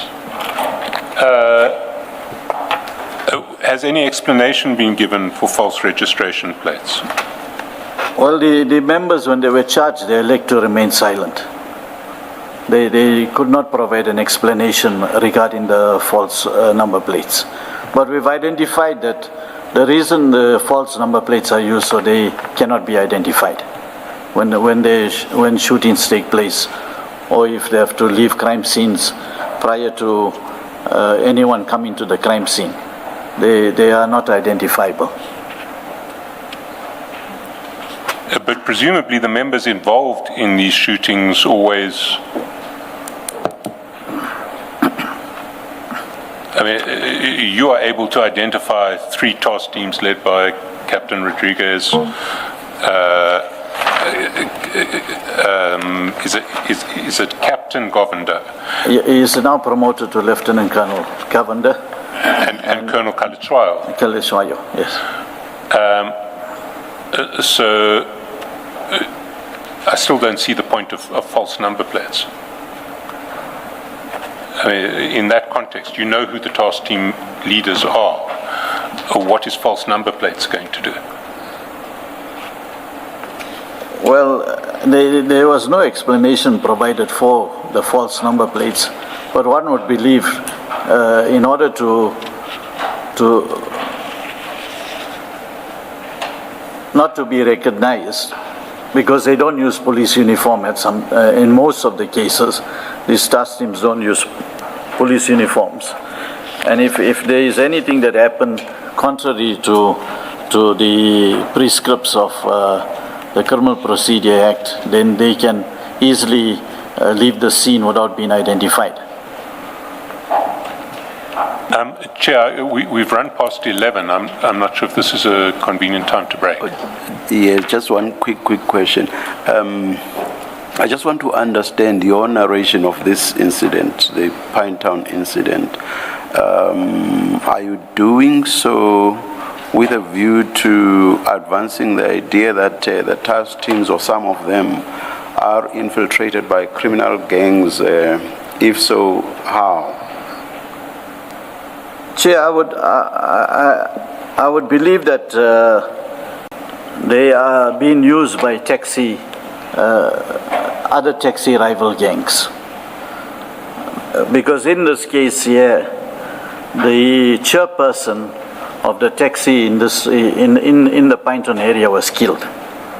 And the police went all out looking for the other two. And when they found the first one, they found him at the airport. And he willingly took them to his friend's house. On that investigation where he was shot, the version of the police doesn't make sense. Because if you look at the bathroom where he was shot, there is nothing where you can put a firearm, either firearm under the zinc. There's no built-in cupboards there that you can put a firearm under the zinc. So the version is totally contradictory to the crime scene. And then they went all out for the second suspect. And when they went for the second suspect, you could see that they deliberately wanted to kill him, not realizing that the vehicle was a armor-plated vehicle. So that is why I believe that they were ordered by someone to take out these two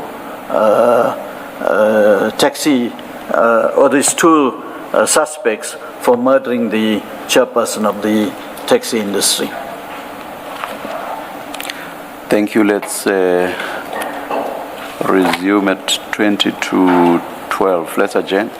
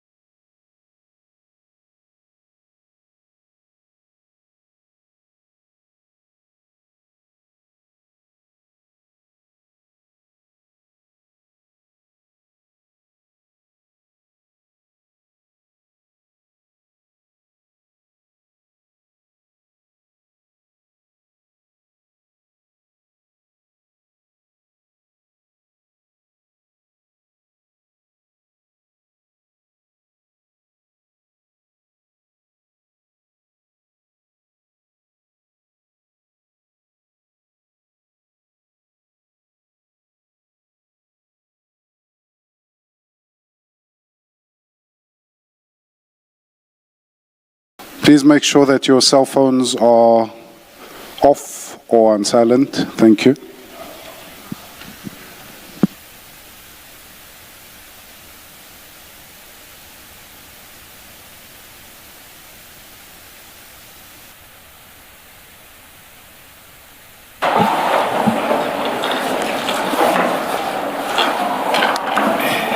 Yes, Mr. Chancellor.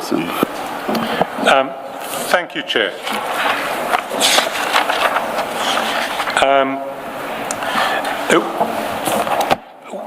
We come now to the case of the death of Mr. Loftus, Mr. Bevan Loftus, and 4 other deceased on the 1st of April 2023. It's an episode that you address from page 23 of the statement. Maybe if you can start by just talking briefly about, to provide the context of turf wars between gangs involved in the tow truck industry and the drug industry. Thank you, Commissioner. Due to the number of years of my experience in law enforcement and investigations spanning 40 years, I'm aware that some operators in the tow truck industry are also involved in the drug industry. The tow trucks are utilized as a tool to transport and supply drugs throughout the eThekwini municipality. Over the years, there were many turf wars between tow truck companies over routes. There are numerous cases where these turf wars have resulted in violent crimes, including murder and attempted murder. There is a YouTube video pertaining to the tow truck and drug turf wars. You've given the reference. I'm not sure we're going to. I don't think we'll play it now. But Okay. if the commissioners want to click the link, they can in due course. You've already mentioned earlier on about collusion between The police. SAPS members and the tow truck owners. But at paragraph 59, you describe the main role players in the towing industry. Can you take the commission through paragraph 59? Okay, the main role players in the towing industry in and around Durban and the areas of operation include the following, but they're not limited to these. I just highlighted a few. In Chatsworth, you got the UA, which is Ugly Americans, UA Ugly American Kings, Shilton's, Precision Towing Company, and Exhibit Towing Company. In the south areas, you got Unique Towings in Brighton Beach, Durban South Tow Lines, Central, M7 and the N2, Justin Tow Lines, Towing Industry, Eganson Highway to Abugotini area. In the Phoenix, you got G7 Tow Lines, Classic Tow Lines, and Ordain's Tow Lines. And Durban and surrounding, you got Roadstar Tow Trucks, Springtown, Asherville, Sydenham, Overport, and the N2. Now, what you haven't mentioned in paragraph 59 is the tow truck company of Mr. Bevan Loftus. Do you recall what that tow truck company was called? Okay,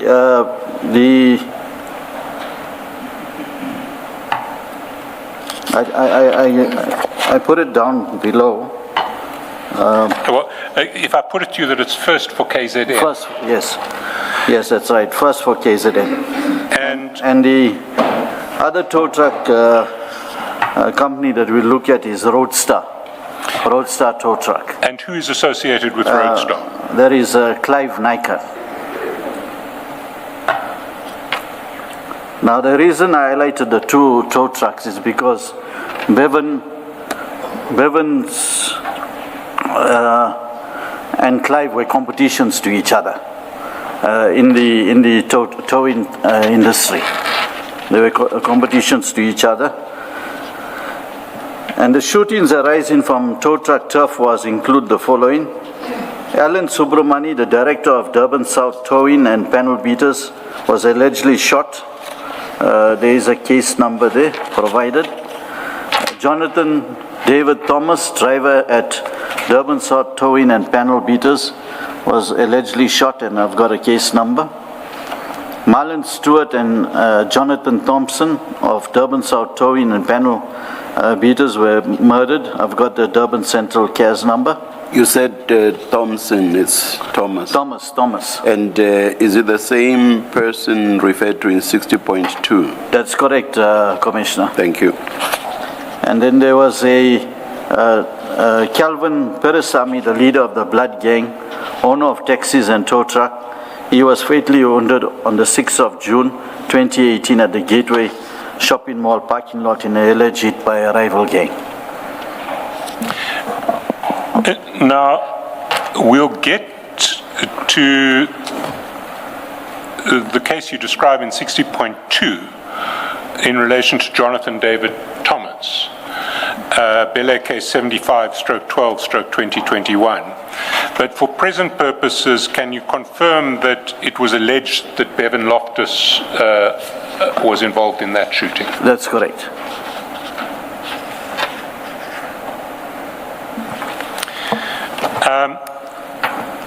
Then in paragraph 65, or from paragraph 65, you describe or you summarize the events relating to the killing of Mr. Loftus. Can you take the Commission through paragraph 61 and 62? Okay, on Saturday, the 1st of April 2023 at about 1400 hours, 5 deceased were shot and killed by members of the task team under the command of Colonel Govender. The shooting occurred inside a flat in a residential building. The SAPS members allegedly identified the flat after arresting a suspect in Greenwood Park, CARES 194/03/2023. When the task team entered the flat, it is alleged that the deceased opened fire on the members of the task team who returned fire, fatally wounding all 5 deceased. Mr. Zondi was alleged to be an Inkabi or hitman. The 4 other men killed in the incident was Bevan Loftus, Ryan Santos, Chase Finn, and Michigan Hippolyte were involved in the towing industry. The task team members alleged that the deceased were also involved in the drug industry. The version of the task team members is that they were looking for one of the 5 deceased, who was Bevan Loftus, who was allegedly implicated in the following cases. Brighton Beach CARES 64/6/2022, which was a theft of motor vehicle. Brighton Beach CARES 242/11/2021, attempted murder. Berea CARES 28/1/2023, attempted murder. Baloyi CARES 75/12/2021, attempted murder. Berea CARES 23/2/2022, attempted murder. And Greenwood Park CARES 194/3/2023, murder. Now, we'll get to these dockets a little later.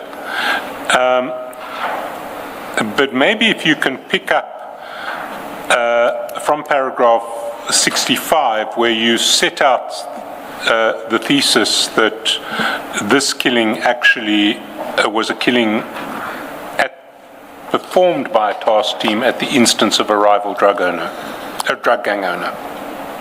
Okay, Commissioner, during our investigation, we've interviewed the family members of the deceased, and more especially the family members of Bevan Loftus and Chase Finn and Michigan Hippolyte.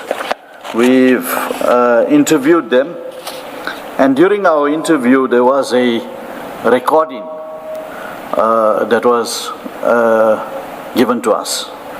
A recording where a person by the where Bevan Loftus contacted Clive Nyker, who is the owner of Roadstar Towing and Trucking.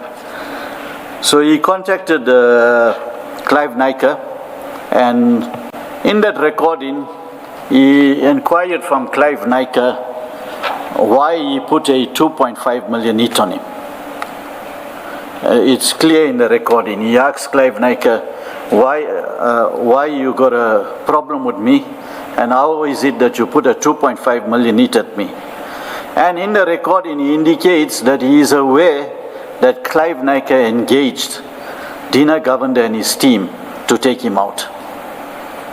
So with that recording, we then started to do the investigation, and we believe that due to this 2.5 million hit, Colonel Dina Govender and his team, they went all out looking for Bevan and the other 4 deceased. Now, in the investigation, the police has indicated, or Dina Govender and his team indicated, that they went into the premises and the 5 deceased shot at them. But from our investigation, it is not as they have indicated. The 5 deceased were in a premises that nobody could go through the premises. They were in a flat, and in order to go to the flat, you have to get permission downstairs. The security will have to let you to go into the flat after they've communicated with the occupants of the flat. So, with the deceased being in the premises, they would not have allowed the police to come through because they knew the police were looking out for them to take them out.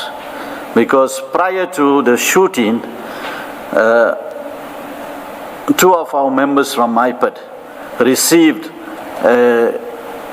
intelligence from counterintelligence that the police, same Dina Govender and his team, were going to take out Bevan Loftus and whoever is with him.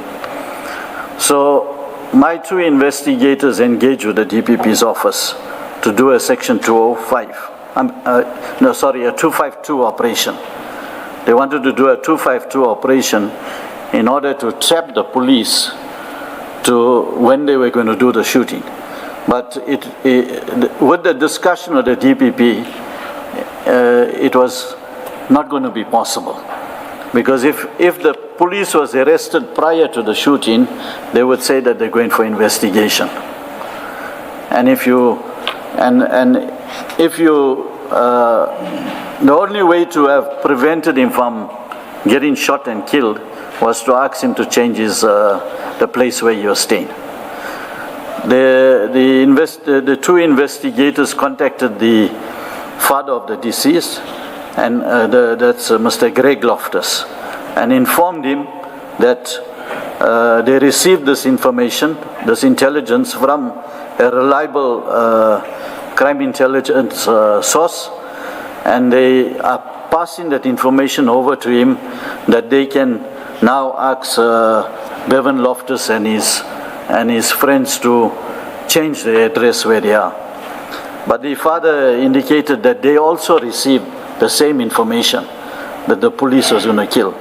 In fact, prior to the shooting, the police had visited Mr. Greg Loftus's house more than 3 times. They went looking for Bevan Loftus.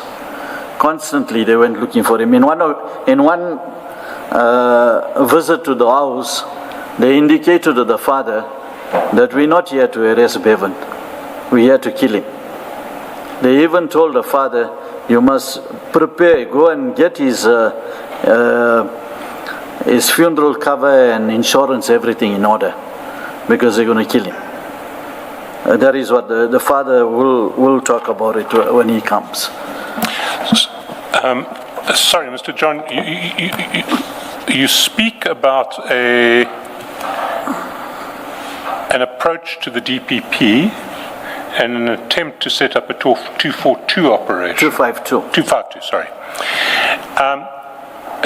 Do you have that correspondence? Is it documented anywhere? I've got a statement of my investigator together with the diary entries when they went to the DPP's office. We haven't seen those documents, so I think in the lunch, do you have it with you? Yeah, I've got it with me. I think in the lunch break it would be important for us to see those documents and to get copies thereof. But maybe if we can go back to the statement, because I mean, you've sketched out your broad thesis, but there is from paragraph 66, you set out some more detailed evidence, and I think that evidence is important to highlight. Okay. So can we pick up at 66? The Commission has requested the AVL check-in records of Lieutenant Colonel Dina Govender and the banking records of him and his wife. It has also obtained evidence of cash payments made on behalf of Lieutenant Colonel Dina Govender to conveyance attorneys attending to the transfer of a 2.35 million property in Isibaya, which he and his wife had purchased. The records obtained by the Commissioner shows the following. At the relevant time, the monthly take-home remuneration of Lieutenant Colonel Dina Govender from SAPS was less than 26,000. Can I stop you there, and can we actually go to page 1246 of the exhibits bundle, 1246.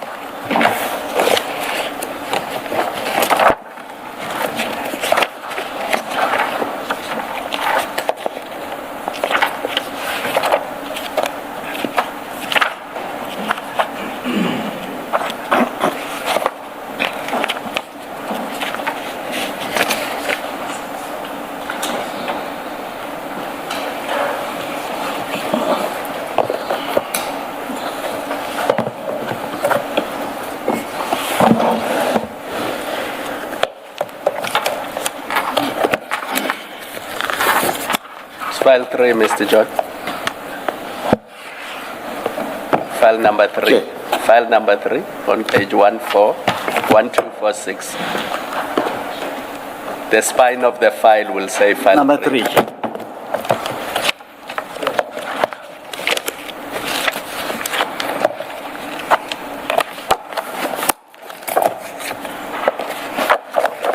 Sorry.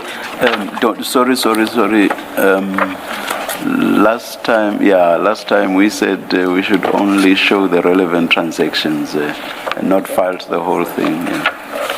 I don't know if you are ready with that. If not... We don't have a redacted copy. There's no need to flight this. All right. Thank you. And if you look at the entry on 29 December, on that page, you will see the take-home salary that was paid to Lieutenant Colonel Govender on the 29th of December 2023. That's correct.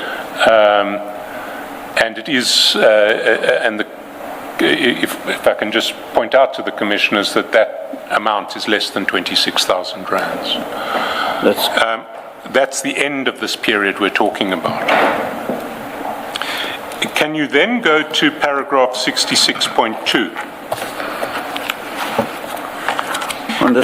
Maybe before we go to paragraph 66.2, because you're talking about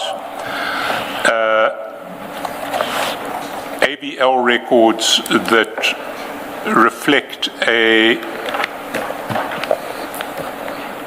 that Lieutenant Colonel Govender switched off his vehicle at a place 31 meters away from the address. It says Lieutenant Colonel Dina Govender. It should be Mr. Naika. Can I ask you to go to page 1428? again in that same file, 1428. The next one, file 4.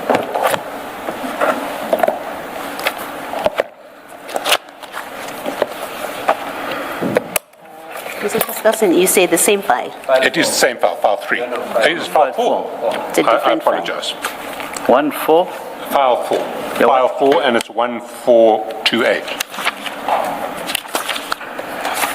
Mr. John, did you make the correction in 66.2 where it says at a place 31 meters away from the address of Lieutenant Colonel Dina Govender, it should be Yeah. Mr. Clive Naika.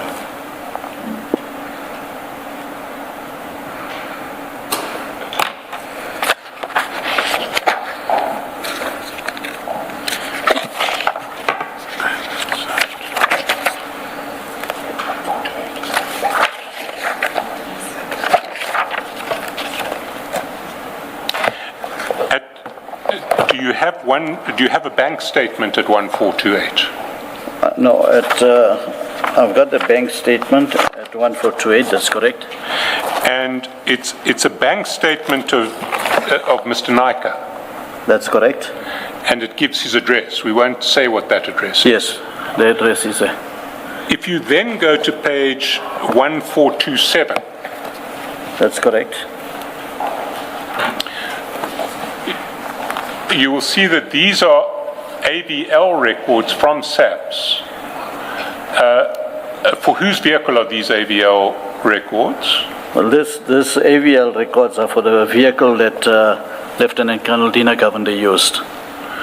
And if you look at the GPS coordinates under incident location, are those the GPS coordinates of the address of Mr. Naika?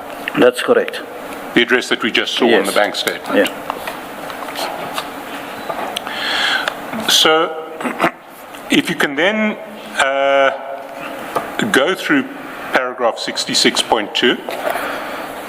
Okay, I can keep 1427 open because I'm going to ask you to explain with reference to 1427. Keep 1427 open or to hand because I'm going to ask you to explain paragraph 66.2 with reference to page 1427. Okay, on 16th of August at 1600 hours, 29 seconds, the SAPS BMW vehicle issued to Lieutenant Colonel Dina Govender was switched off its ignition and stopped for 7.5 minutes at a place 31 meters away from the address, which is identified on the extract from the AVL records in the bundle. And can you show to the Commission, if we go back to 1427, where do you see that? You see it on the top first two lines. You got the first one, ignition off, and it gives you the address. And then you would see that there's a startup. So the ignition was switched off at 1600 hours, 29 seconds. And the startup was, the vehicle started again at 1600 hours, 07:50 at the same premises. And that was on 16 August 2022? That's correct. Can you then take us through paragraph 66.3, but maybe before you go to 66.3, let's take the Commission to file 4, pages 1434 to 1435.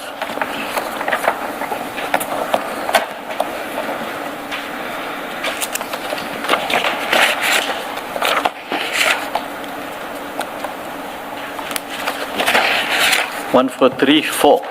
1434.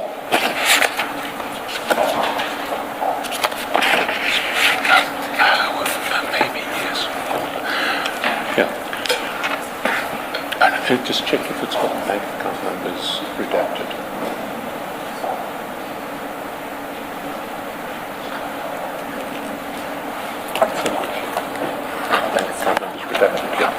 Okay, then you can show it.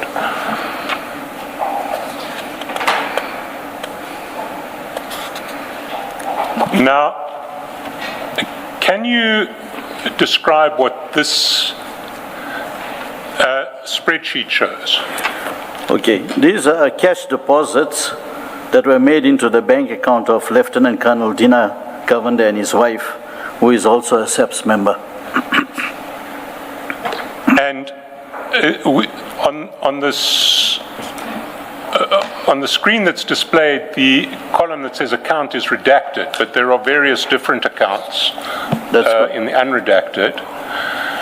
And the references to the actual bank statements and their pagination in the record is in the bundle column, which is the fourth column. That's so correct. if I might, if we can just take an example. We see that on using the bundle reference at 1420, there are a succession of cash deposits into what is a home loan account. And if we go to 1420, we will see the bank statement. The bank statement for that. That's correct.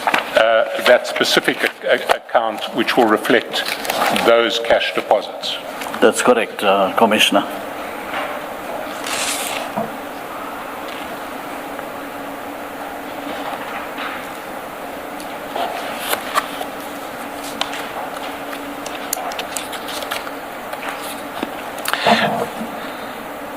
Then in paragraph 66.3, in the subparagraphs of 66.3, you summarize the overall picture. Can you take the Commission through that summary? Okay. Commissioner, the 63.3.1, between the 29th of August 2022 and the 18th of December 2023, cash deposits aggregating to 2,343,050 rand were made into the bank accounts of Lieutenant Colonel Dina Govender and his wife, who is also a SAPS member.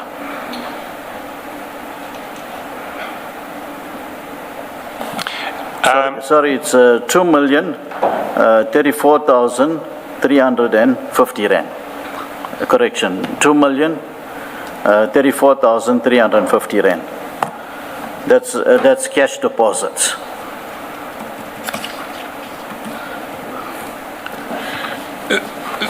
Then 66.3.2. 66, okay.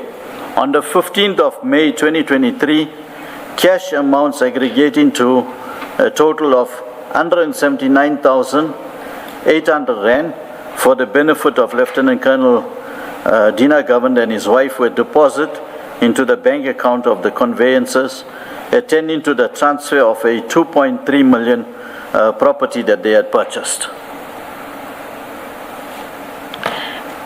And 66.3.3. On the 19th of May, another cash deposit of 200,000 for the benefit of Lieutenant Colonel Dina Govender and his wife was paid to the conveyancing attorney. Now, just for the benefit of the commissioners, the conveyancing attorneys, as was their duty, reported these cash deposits to the Financial Intelligence Center. That's correct. And a letter from the conveyancing attorneys can be confirming that these cash deposits were indeed made, can be found at pages 1330 and 1331.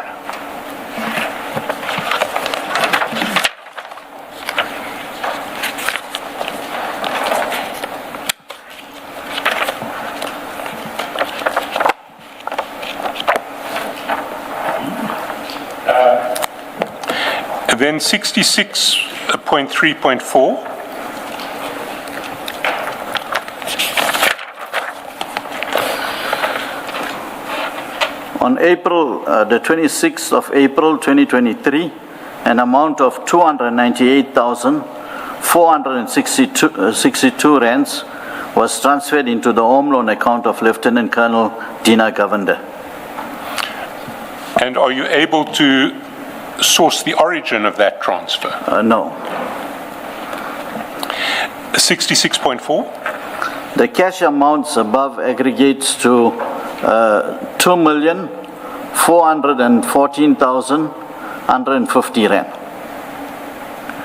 66.5? When the unattributed transfer of 298,462 is added to this amount, the aggregate is 2,712,612 rand. And in 66.6, you refer to the bank statements and Yes, the spreadsheets. We've already taken them. That's correct. That's correct. Can you then go to paragraph 67? 67, on the 31st of March 2022, the day before Bevan Loftus was killed by the task team led by Lieutenant Colonel Dina Govender, his father, Mr. Gregory Loftus, applied to the High Court inter alia to interdict Lieutenant Colonel Dina Govender and the SAPS from killing Bevan Loftus. Mr. Loftus was a former SAPS member. He owned the adjacent property on which he and Bevan Loftus lived.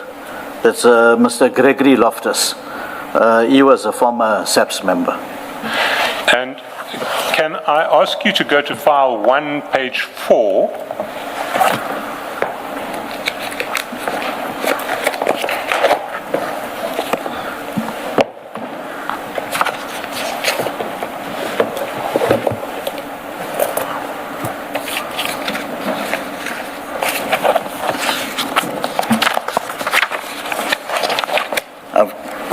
I'm with it. And can you identify the document that you see starting at page 4? Yes, this is the court interdict that was sought for. And the stamp of the court on that document, can you identify that? It's dated the 31st of March 2023. And what day was Bevan Loftus actually killed? He was killed on the 1st. The next day? The next day. So this application was issued the day before? That's correct.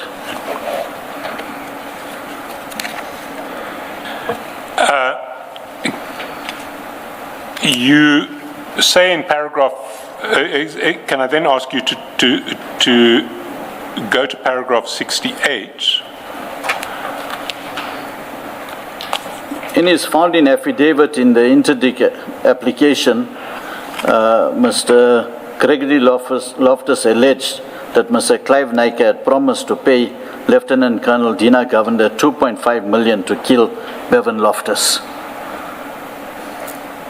Then can I ask you to go to the bundle itself and to paragraph 18 of that interdict, the founding affidavit and the interdict application, at the foot of page 17, paragraph 18.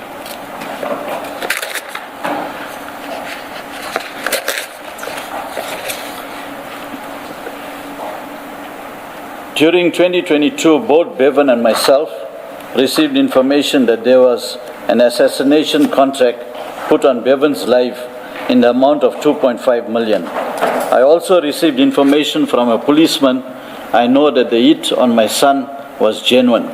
The word was that I should be careful because if they cannot kill Bevan, they would kill my son, Nicholas, or myself. Back to paragraph 69, and then maybe if you can take us through the whole of paragraph 69 and its subparagraphs, and I'll stop you from time to time to amplify.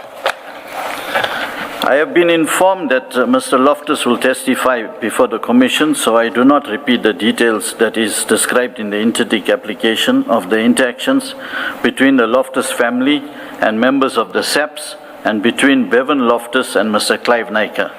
I merely emphasize the following features of the chronological that emerges from the affidavit of Mr. Gregory Loftus in the interdict application. The financial records obtained by the Commission and the investigation into the killings that IPID have subsequently conducted. Between 29 August 2022 and the end of November 2022, over 430,000 was deposited in cash into the accounts of Lieutenant Colonel Dina Govender and his wife. Can I stop you then? Can we go to page 1434?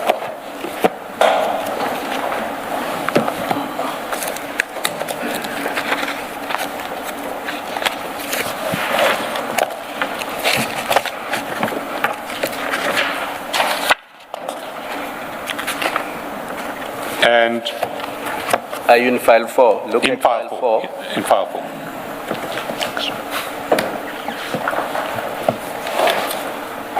It's the thin one. Okay.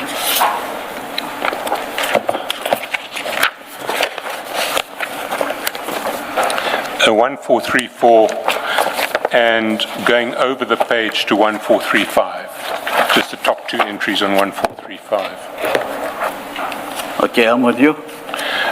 Can you confirm that those cash deposits reflected on 1434 and going over the page to 1435 exceed in total 430,000? From the 29th of August. Which is the top of 143. That's correct. Right up to the 10th of November. And then if you go back to 69.2.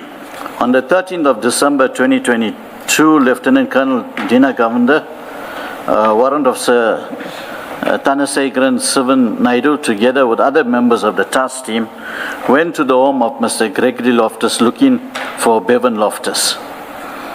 The police officers cited Baloyi Cas 23 of 2, 2022 and Baloyi Cas 75 of 12, 2021 in relation to their search.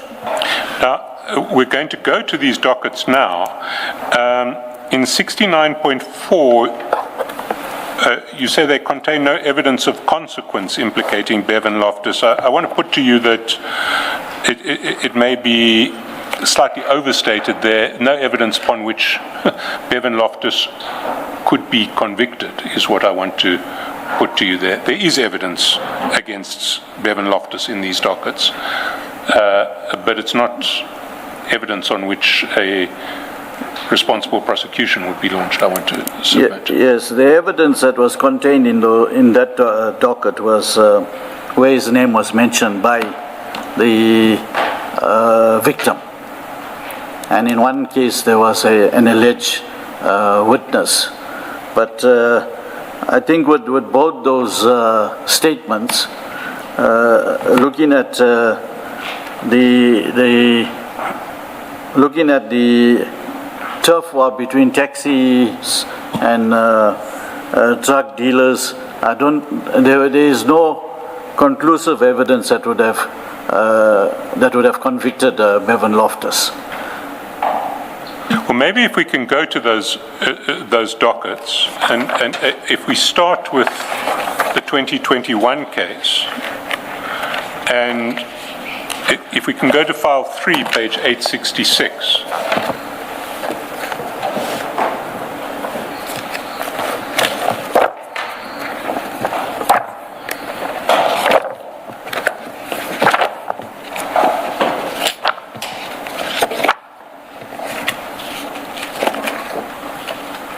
Maybe 865. Yeah, 865. Can you identify that statement? This statement is made by the victim, Jonathan David Thomas.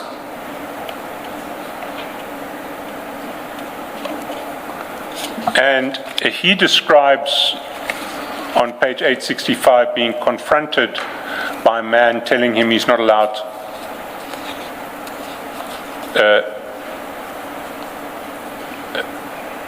who wanted to know what he was doing there.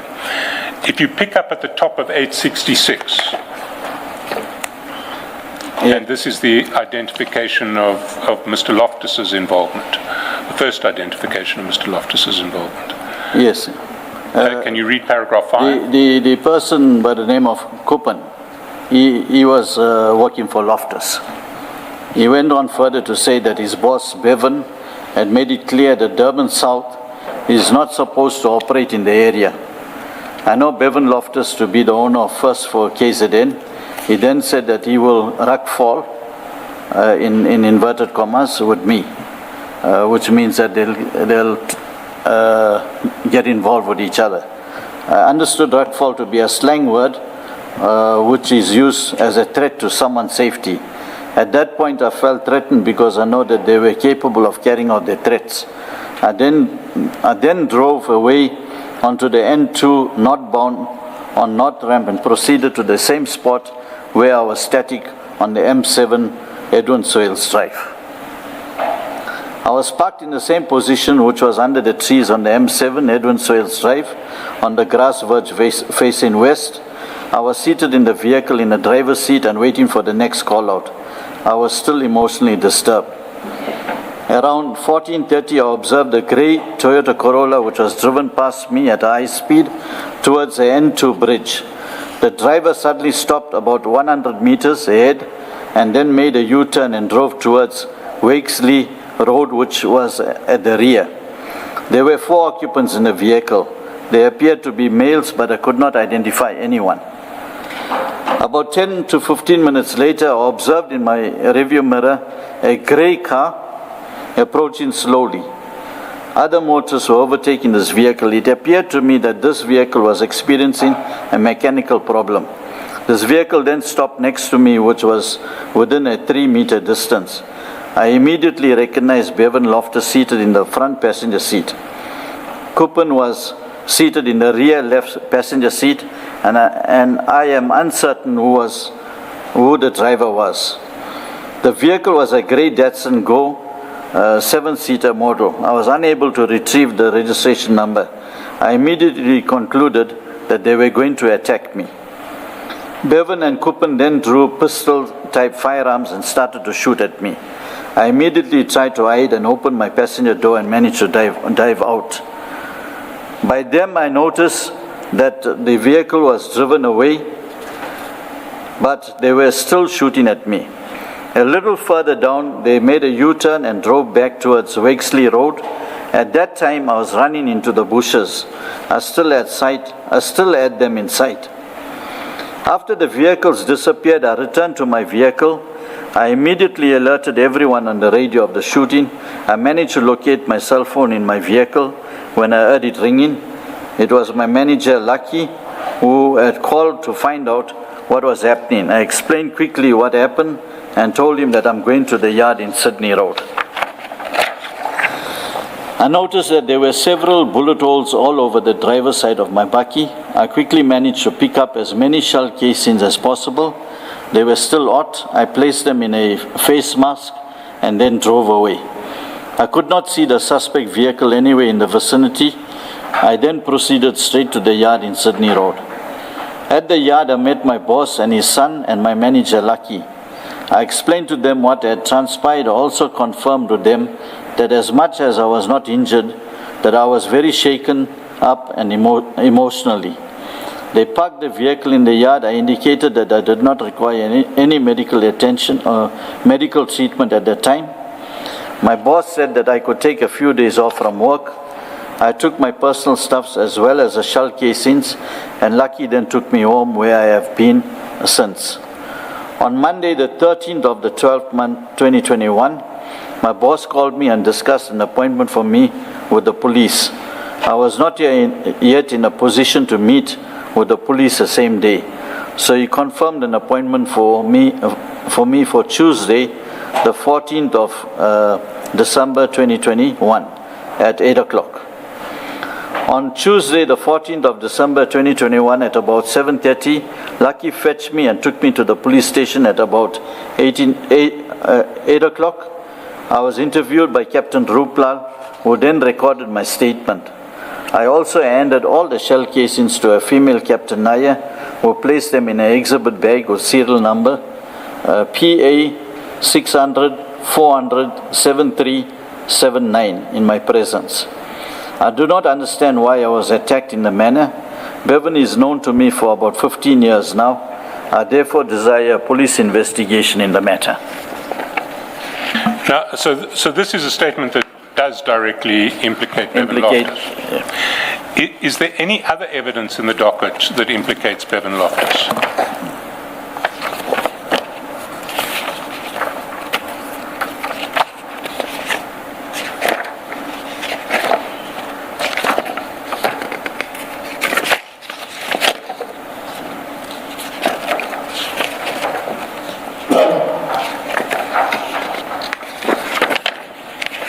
There's no other statement in the docket.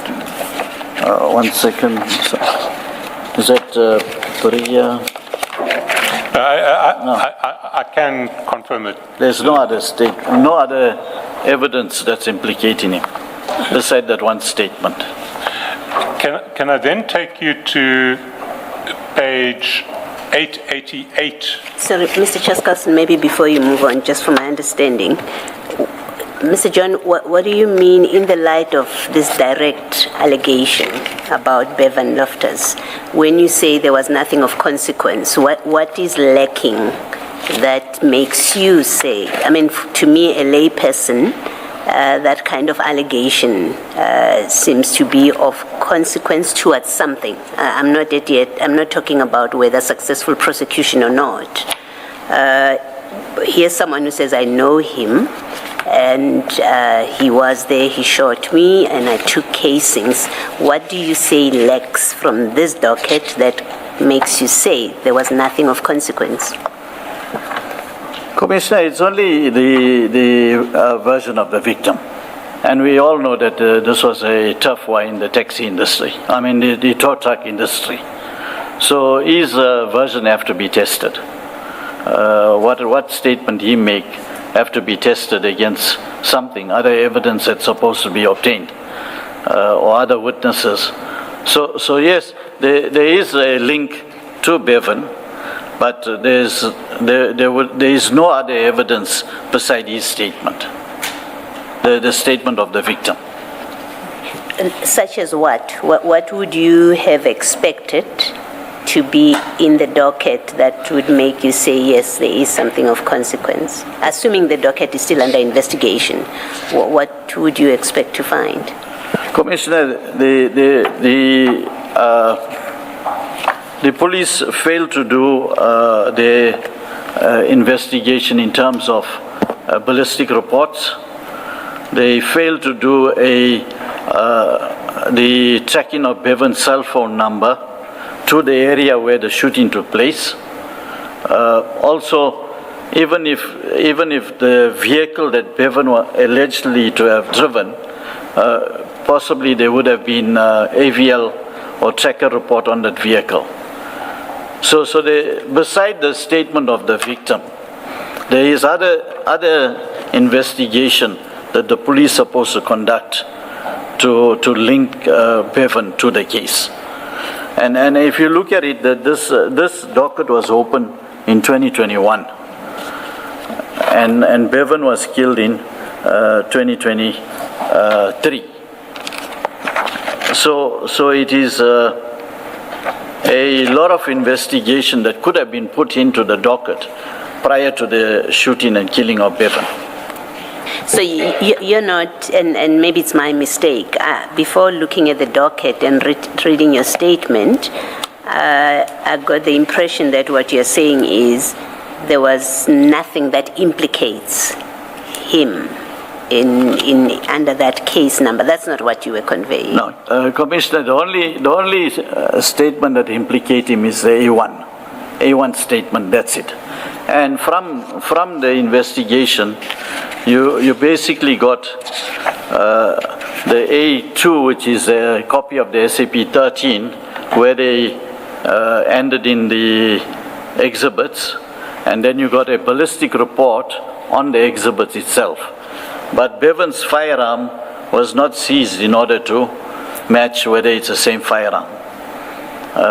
So there's nothing else in the docket beside A1, A2, and A3. No, thank you.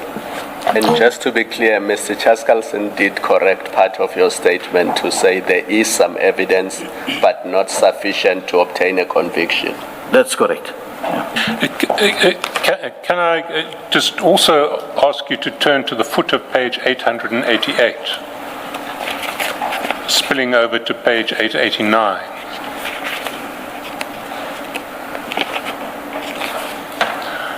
Correct. First, can you identify who's issuing, or under whose name those notes in the docket appear? Okay.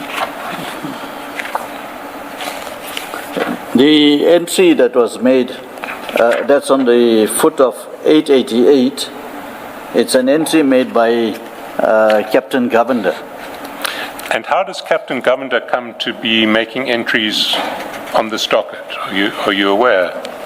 Yes, when the task team decided to go after Bevan, they then went looking for dockets where Bevan was linked to.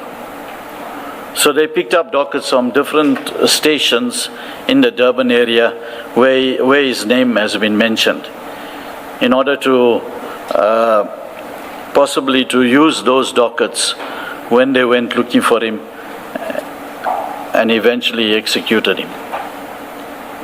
Can I just clarify something? I thought that specific task team, the DPCI task team, their role was to deal with drug-related issues. Now, if these dockets are not drug-related, why are they getting involved in these cases? Say it's an ordinary murder or an ordinary criminal case. Why are they getting involved in these dockets if their role is to fight drugs and drug trafficking? Commissioner, they basically utilize these dockets to justify their reason for looking for Bevan. But if they are not looking for him for drug-related cases, why are they even involving themselves in those dockets and those cases? I got no idea, Commissioner, why. But these dockets, when the shooting of Bevan and the 4 other deceased, these are the case numbers that they gave us. And when the investigating officer in this case, most of these cases was investigated by a Sergeant Govender who fell under the task team. He was incorporated to work with the task team, and he was investigating these dockets. Okay, thank you.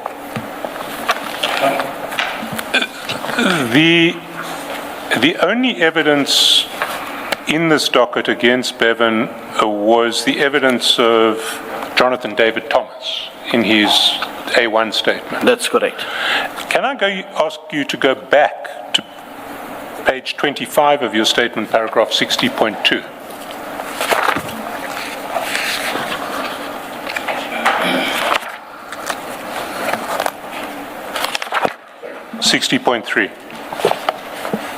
Yes, okay.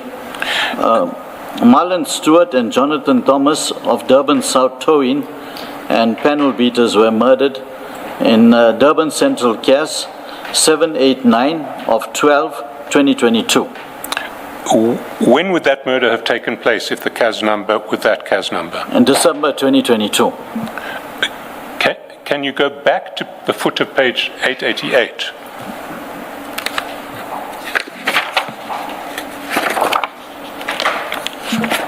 And the note of then Captain Govender. It says this entry was made on 2022/12/2023.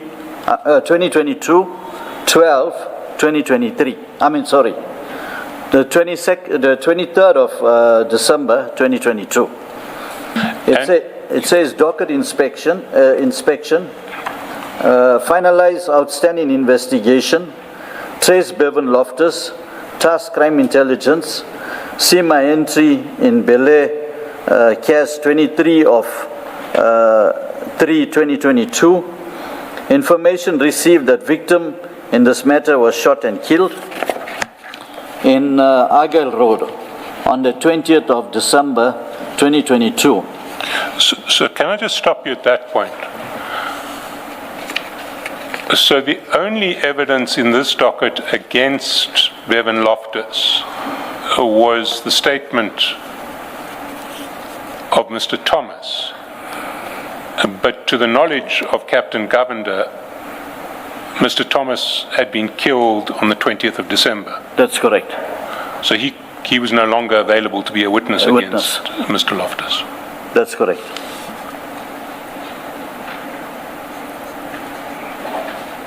Can we then go to the second case, the Bel Air 23/2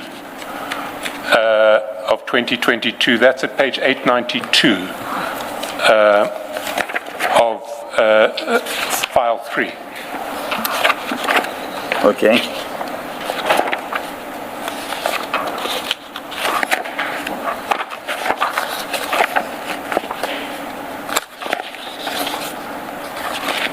And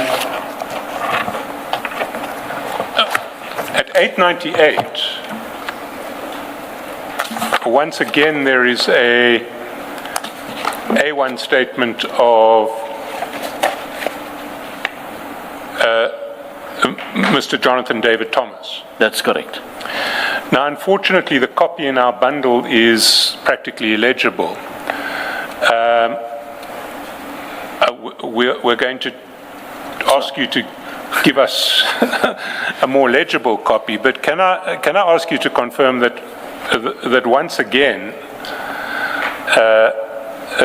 Mr. Thomas made a statement that accused Mr. Loftus of shooting at him? That's correct. In his statement, did Mr. Thomas indicate whether he was alone in the vehicle or whether he had a passenger in the vehicle? Did he mention a passenger in the vehicle? No, when you read the statement of David Jonathan Thomas, he makes no mention of any passenger in the vehicle. There is another statement that appears in the docket implicating Mr. Loftus. That's at page 899. 899, that's correct. This one is legible. Can you read it?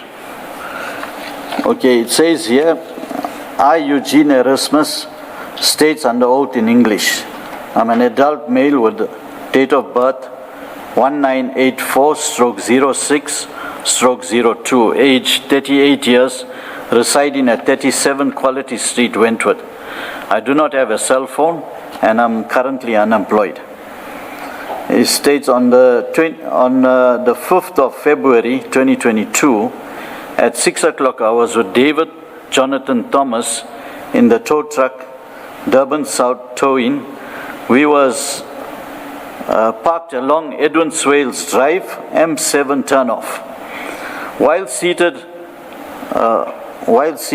on my passenger seat, On the Commissioner? on the passenger seat. Yeah, on the passenger seat, I noticed a blue Hyundai vehicle that came behind us. Suddenly, I heard gunshots coming from behind us. I then looked in the back to see what was happening and to take cover. I saw Bevan in the passenger seat of the blue Hyundai with his arms out of the vehicle with a rifle and was shooting at us. I then took cover by laying on the floor, and I then screamed for David to take cover, and as soon as the shooting stopped, I opened the passenger door and ran out as I was fearing for my life. When I ran away, I thought David was with me, but he was not. I did not come back immediately because I was fearing for my life. When I came back after an hour, David was already rushed to hospital. I desire further investigation in this matter. I know and understand the contents of the statement. I have no objection in taking the prescribed oath. I consider the prescribed oath to be binding on my conscience. I swear that the contents of the statement is the truth, so help me God. What's your comment on this statement? When I interviewed the investigating officer, Sergeant Govender, who worked in the task team. Sorry, Sergeant Govender, not... Yes, no, Sergeant Govender. Sergeant Govender. So when I interviewed him about the statement, because I pointed out to him that this statement was taken on the 21st of February 2023. And the incident of the shooting was on the 5th of February 2022. So it was a year later that the statement was taken. And I pointed out to him that in the A1 statement, there was no mention of Eugene Erasmus. So I inquired from him, how did he come to know about this witness, Eugene Erasmus? And then he said he was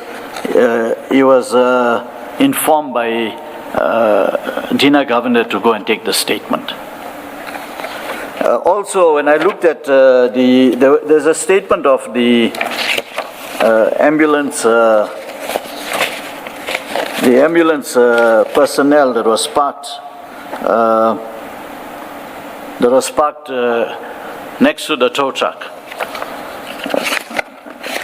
I don't see all the pages of that statement here.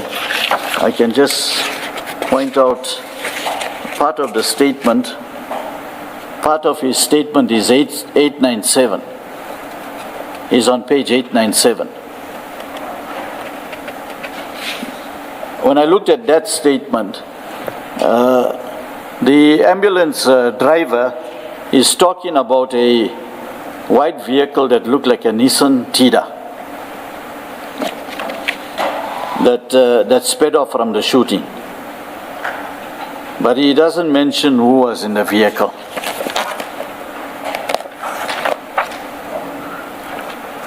So for me, this case also, it's only the statement of A1 that points out to, okay, A1 and then Erasmus, the statement of Eugene Erasmus that points out to Bevan that was involved in the shooting. But if you look at it, the statement of Eugene was taken a year later after the incident. However, A1 in his statement never mentioned about a passenger with him. It would be clear if you parked at 6 o'clock in the morning in a tow truck vehicle, you would know that you got a passenger, and you would mention it in your statement that you were parked there at the Edwin Swales. Maybe you were chatting with your passenger, who is Erasmus. And even in the A1 statement, the A1 doesn't say anything about him saying Erasmus, take cover. But it does mention Erasmus. It doesn't mention Erasmus because, to me, I believe that he was alone at the time of the shooting.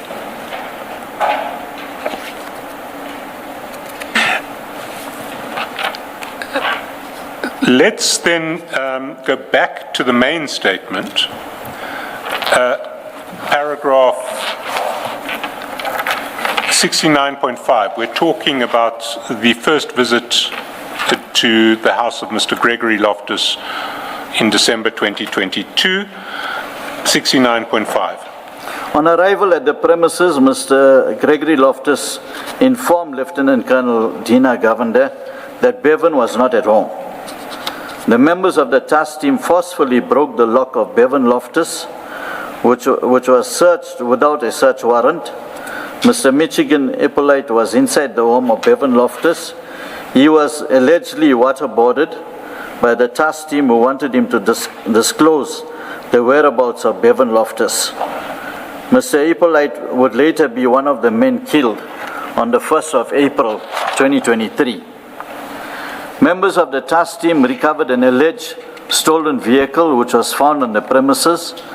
Gregory Loftus informed Lieutenant Colonel Dina Govender that the vehicle was towed by one of the drivers being employed by Bevan Loftus. and was being retained because the towing and storage costs remain unpaid. He claimed to have shown the SAPS members an advertisement in the independent newspaper indicating that the vehicle was to be sold to recover the outstanding cost. Members of the task team also claimed to have recovered a AK-47 bullet from the property of Bevan Loftus. The task team arrested Gregory Loftus. Gregory alleged that Lieutenant Colonel Governor stated that Gregory Loftus would be released if Bevan handed himself to the police. Mr. Gregory Loftus was detained in custody before being released on the 22nd of December 2022. Bevan Loftus was informed that Clive Naika had offered Lieutenant Colonel Dina Govender 2.5 million to kill him. On the 25th of January 2023, Bevan Loftus phoned Clive Naika to confront him about this. A recording of this call has been retained, and a transcript of the call is contained in the bundle as appears from the transcript. Before we get, maybe we could go to that transcript. It's at page 3 of the bundle.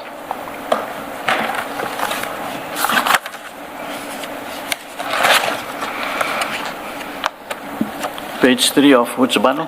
File 1. File 1.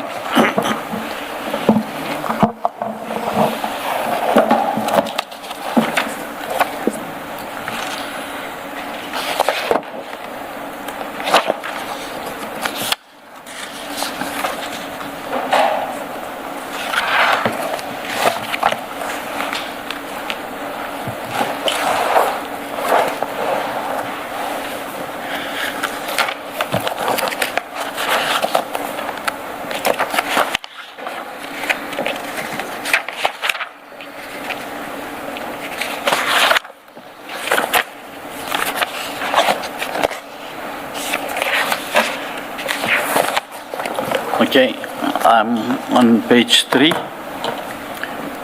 And while you're at page 3, can I ask you also to go to page 42, which is part of the interdict papers, and just to confirm that the same transcript was part of the interdict papers.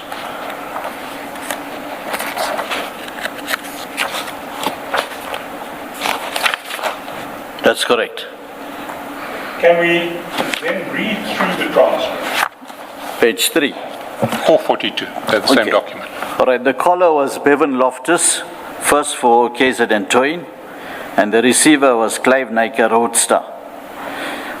Date 25th of January 2023 between 5:30 and 6:30. Bevan Loftus speaks, he says, Roadster, Mr. Clive himself, how are you? Clive Naika states, yes, who is this here?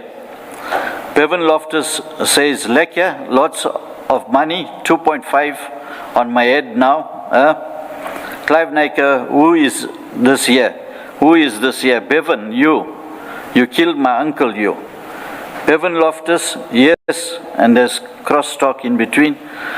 How you can phone Dane to tell Dane to set me up? Clive Naika, I phoned Dane. I don't even know who Dane is. Bevan Loftus, yes, I never ever fought with you. I have no problem with you, but it looks like you are after me. You are paying Dino Govender. You are paying all the Carols to do all this thing to me. I never had nothing to do with you. I have never minded your business. I have got no flop with you. But Bali, you went out of your way to do all these things to me. You want to kill me and all that kind. Bali, where's the numbers? Clive Naika, I don't. Are you making allegations against me or you are telling me the facts? Bevan speaks, I am asking you, where are the numbers, Bali? Clive Naika, let's start off now. Let's start off. Bevan Loftus, I never fuck all to you. Check here, I done fuck all to you. Clive Naika, firstly, you are telling the people I killed Regan. Bevan Loftus, see, Bali, See how I took that. No flop, you want to kill me, right? No flop. The fastest live the longest, right? Lekker. And Clive say, what's that? Now, in your statement back at page 30, you highlight certain features of the transcript from 69:11.1 onwards. From the transcript, Mr. Naika was initially unable to identify Bevan Loftus as a caller. Because if you see, when Bevan contacts Clive, Clive say, yes, who is this?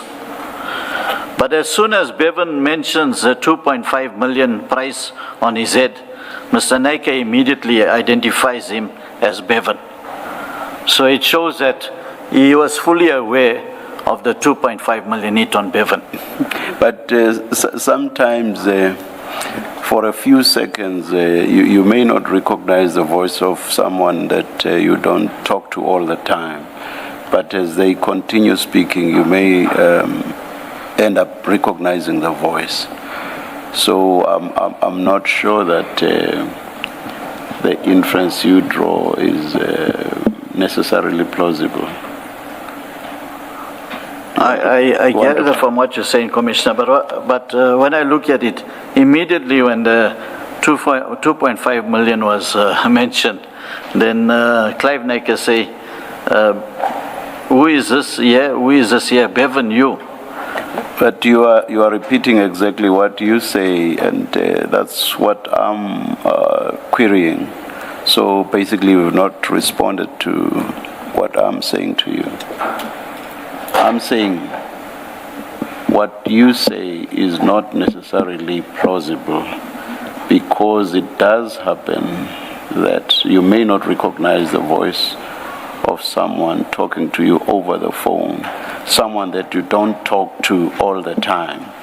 So you may for a few seconds not recognize the voice, but as the person continues speaking, you then recognize the voice. So it's on that basis that I say what you say is not necessarily plausible.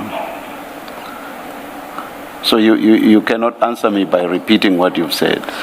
I can. The reason why I indicated that, Commissioner, because this conversation was quick, very quick. It wouldn't be like where there was some time that Clive took to recognize a voice.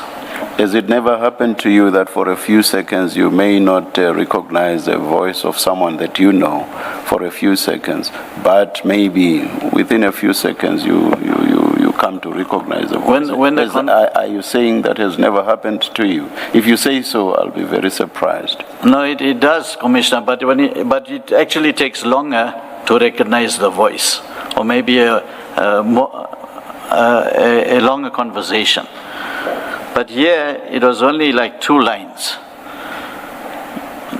2 lines, and immediately Clive recognized it was Bevan. I'm not sure that scientifically one can actually time it and say you can only recognize the voice after a minute or anything like that. It just depends. Maybe within seconds, it may be longer, but I don't think scientifically it just has to be over this length of time. I'll take your point, Commissioner. And the fact that there was mention of 2.5 million should not change what you and I are engaging about. Thank you. Yes, Mr. Shaskilson.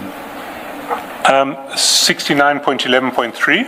Okay, Bevan Loftus expressly accused Mr. Naika of paying Lieutenant Colonel Dina Govender, who he describes as Dino Govender. And immediately before the call ended, Bevan Loftus stated, "The fastest lives the longest."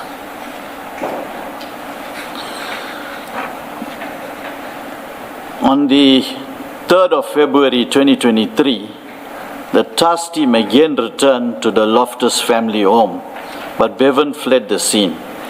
According to Mr. Loftus, Lieutenant Colonel Dina Govender and Warrant Officer Sivan Naidu told him that Bevan had been involved in a shooting incident where Ox members were shot at earlier that day. They also accused Bevan of threatening to kill Captain Vali of SAPS Brighton Beach. According to Gregory Loftus, Lieutenant Colonel Dina Govender and Warrant Officer Sivan Naidu said that they had come to the property not to arrest Bevan, but to kill him. And they allegedly told Gregory Loftus that he should get Bevan's funeral insurance up to date because they were going to kill Bevan. They again searched the home of Bevan Loftus and again arrested Gregory Loftus. On the 1st of April 2023, a day after Gregory Loftus had issued his interdict application, members of the task team under the command of Lieutenant Colonel Dina Govender arrived at the flat in Morningside, Durban, where they believed Bevan Loftus was hiding. The task team entered the flat. They alleged that Bevan Loftus and the other 4 occupants shot at the police, and they returned fire, fatally wounding all 5. Despite allegedly being shot at by 5 suspects, none of the members of the task team suffered any gunshot injuries, or indeed any other injuries. The shooting of the 5 occupants occurred between 12:30 and 1300 hours on the 1st of April. IPID officials on standby were only called out 14:35. IPID members on standby arrived at the scene at 1500 hours. On arrival of the IPID investigator, Ms. Fortunate Ndembele, she was allowed entrance to the scene as the members from the local criminal record center was waiting to process the scene. Ms. Fortunate Ndembele stated that Lieutenant Colonel Dina Govender was present outside the scene, and she requested to speak to the members who were involved in the shooting. Lieutenant Colonel Dina Govender indicated that the members had already left the crime scene. No one knew the whereabouts of the members. The scene was processed whilst IPID officials were present. The docket was subsequently registered and the investigations were taken over by IPID KZN. Can I take you up on one issue?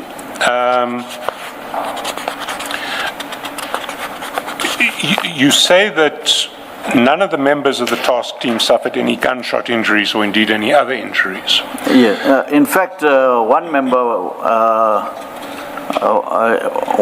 that was Pedro Rodriguez, his bulletproof vest had a gunshot hole right at the bottom. So there was one gunshot hole, which he alleges that was at the same incident. He was shot on that bulletproof vest. And did he suffer any injuries on the day? No, no injuries.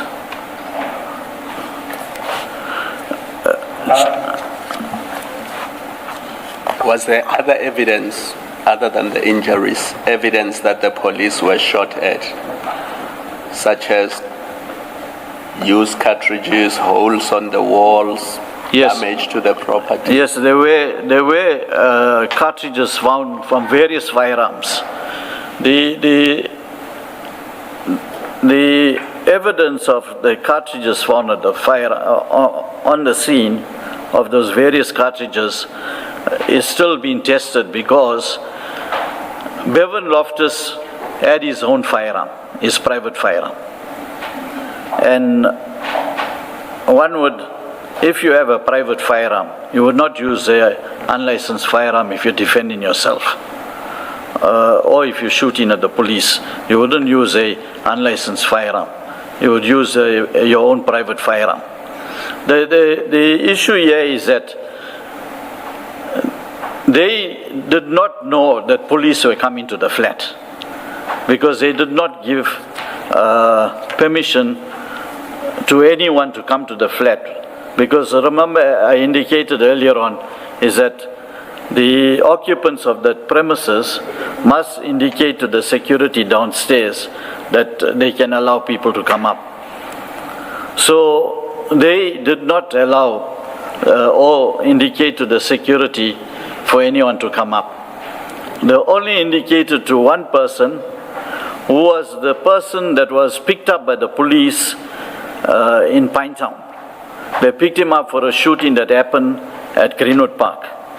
And when they interrogated him, he indicated that he knows where Bevan resides, or where they were in hiding. So they took him to the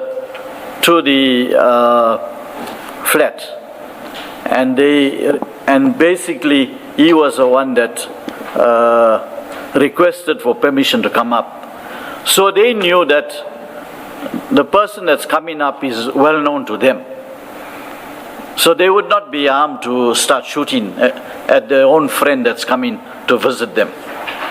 So when the person went in, he knocked on the door and he went inside, then the shooting took place. Now he was first in line when he got into the house, but he was not shot at, he was not injured.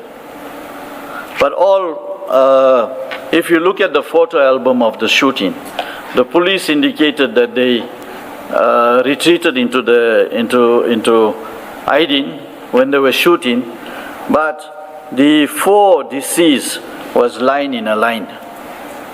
They were all lined up and they were shot at. If you see, some of the deceased have water on their clothing. It points out that they may have been tortured first and then killed from the photos that we are seeing. So you are implying that the scene was staged? That's correct. And if you look at the photos, you will be able to determine some of those things. I don't want to go too much in detail because the case is still ongoing. Even the post-mortem reports show that the shooting was from top to bottom. The post-mortem reports. What was also that gives us an indication that this could have been an hit is that the photos of the deceased at the crime scene circulated on social media even before even before LCRC, the local criminal record center, could get to the scene. The photos already circulated on social media. And that's how the families of the deceased came to know that their children died in that shooting. Now, it could have been that the photos were circulated to one person to say that we've done the hit now, you can do the payment. And that person could have sent it to everyone via his social media. That could be the reason why those photos went out. I want clarification on 2 issues. You say they were lined up. The bodies were lined up. Can you explain what exactly you mean? Just explain being lined up. They were lined up next to each other. So, the pictures are in the bundle. They're not. They shouldn't be displayed. No, yeah. But maybe if I can ask you to look at file 2, page 699. 699.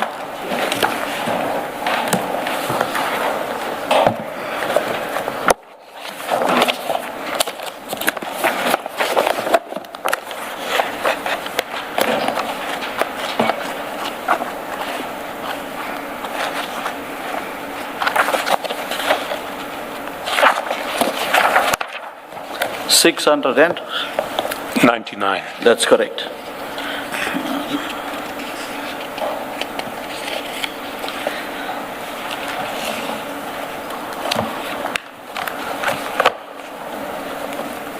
Yeah, I do see 3. That photo doesn't depict a gun battle between the deceased and the police. Oh, yeah, there's one showing, I think, this part of the body, far left-hand side of the picture. He was close to the... A red T-shirt. Yes, he was close to the balcony.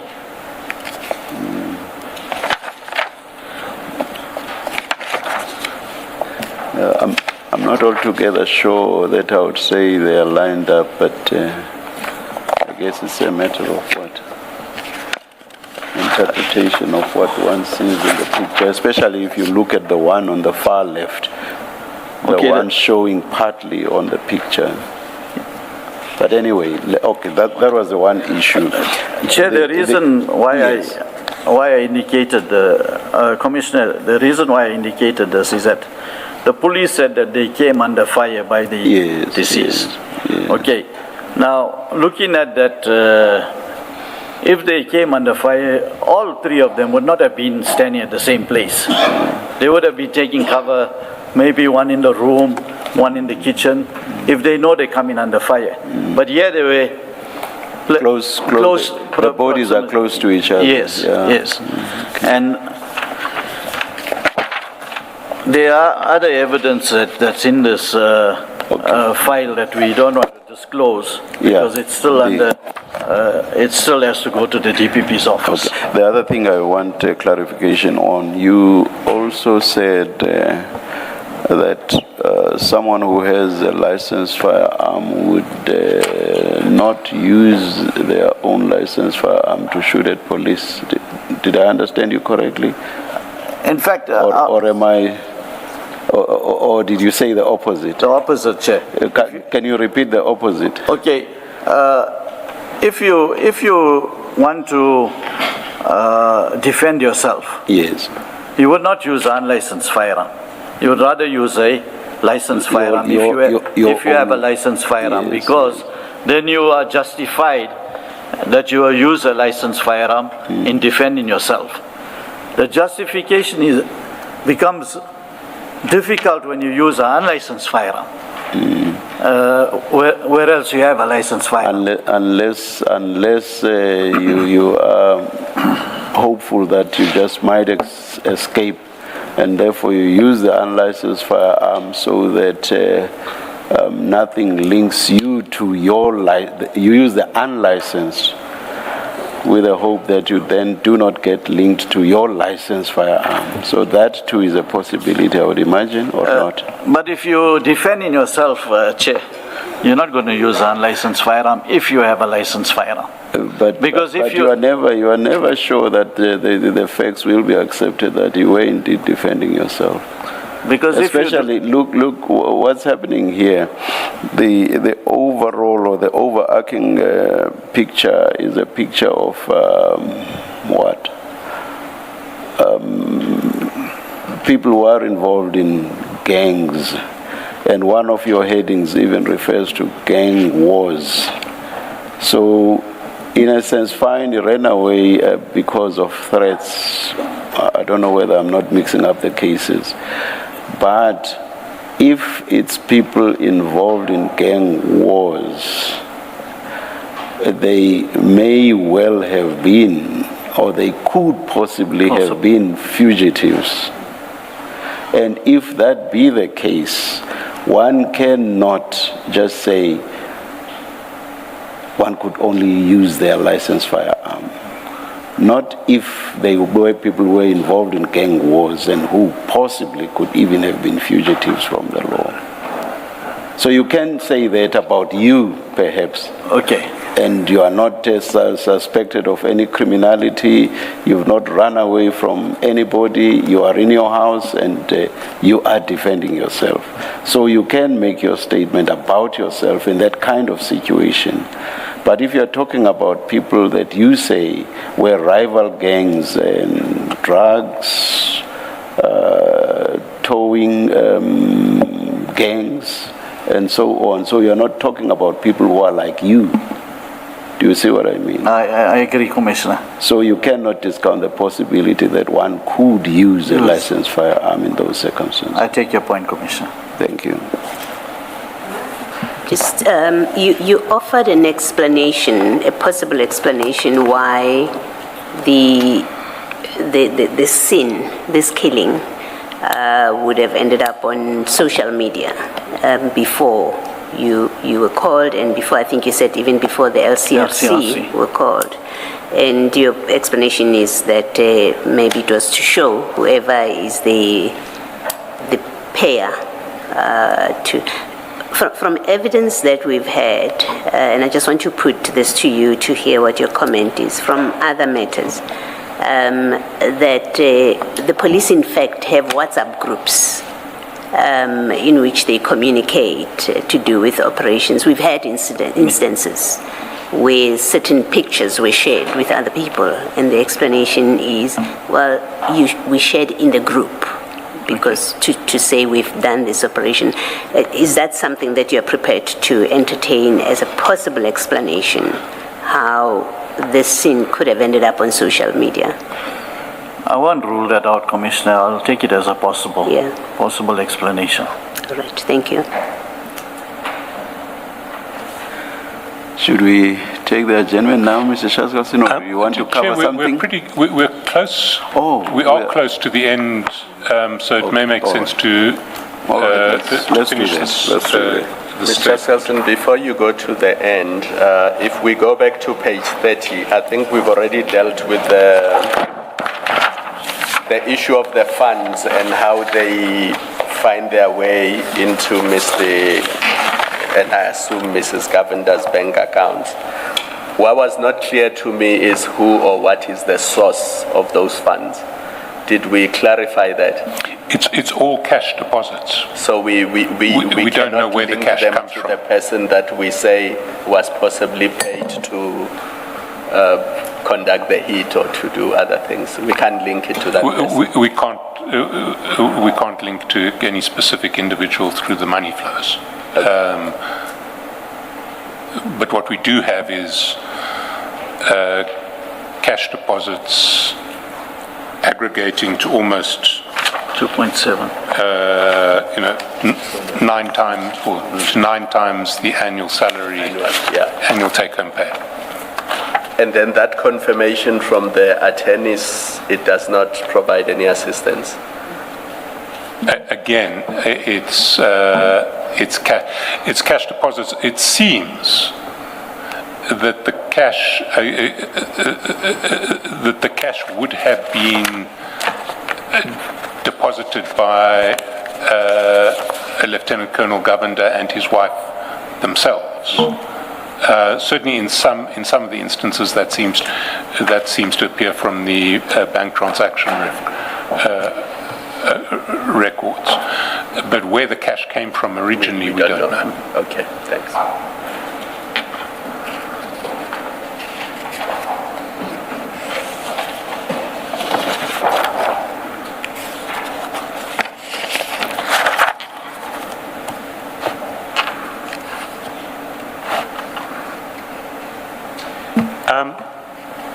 Mr. John, what remains is your conclusions from page 32 through to page 34.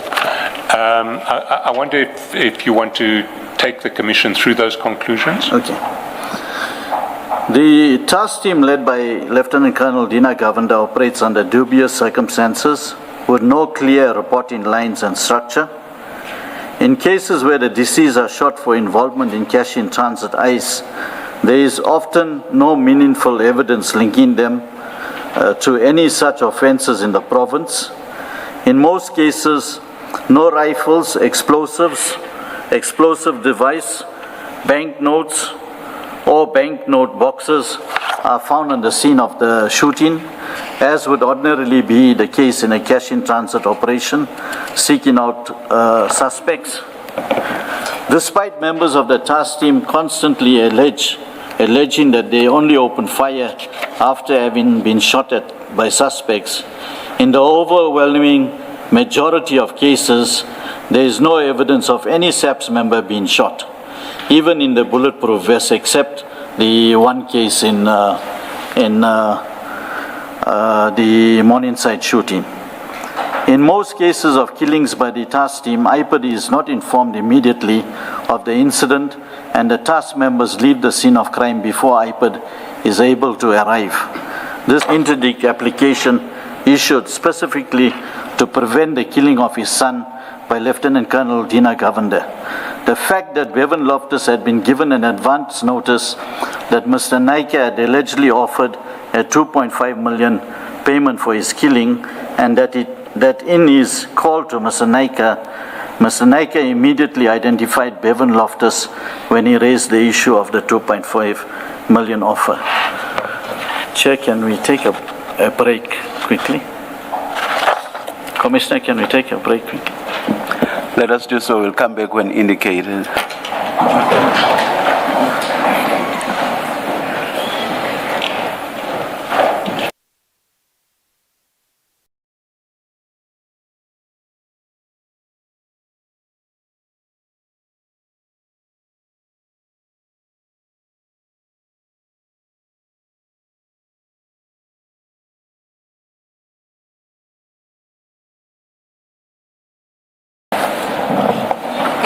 Please continue, Mr. John.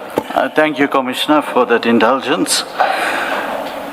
Commissioner, the 79.2, the fact that Bevan Loftus had been given advance notice that Mr. Naika had allegedly offered a 2.5 million payment for his killing, and that in his call to Mr. Naika immediately identified Bevan Loftus when he raised the issue of the 2.5 million offer. The fact that on the 16th of August 2022, Lieutenant Colonel Dina Governor's car stopped and switched off its ignition for 7.5 minutes outside Mr. Clive Naika's home. The fact that in the 16 months following 16th of August 2022, over 2 million was deposited in cash into accounts of Lieutenant Colonel Dina Govender and his wife. Another 200,000 for benefits of Lieutenant Colonel Dina Govender and his wife was paid in cash into a trust account of the conveyance attorneys handling the transfer of a 2.35 million property which they had purchased. Another transfer of 299,800 rand was paid into the home loan account of Lieutenant Colonel Dina Govender and his wife, and the aggregate amounts so paid comes to just over 2.5 million. Sorry, we add a zero to... Yes, we add a zero to... 79.4.3.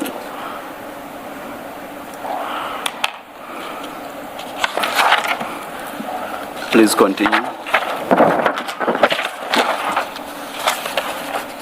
That's my last point, Chair.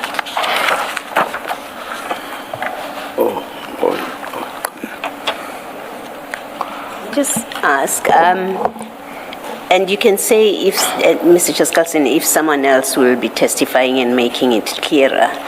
You've spoken of Mr. Naika and Bevan Loftus in the context of gangs and towing truck and drugs. You've spoken to them in that context. Now, it's in your evidence. It's not clear, or you haven't, demonstrated that Mr. Naika, for example, in acting and accepting, for purpose of your evidence or my discussion with you, that Colonel Naika, not Naika, Govender, was indeed doing Mr. Naika's bidding. Let's assuming that's what he was doing with this operation. Where do we see that this is Mr. Naika as a gang leader and a drug, whether trafficker, operator, someone involved in that, utilizing Colonel Govender and his task team for that purpose? Because that connection would come close to speaking to our terms of reference, that kind of connection.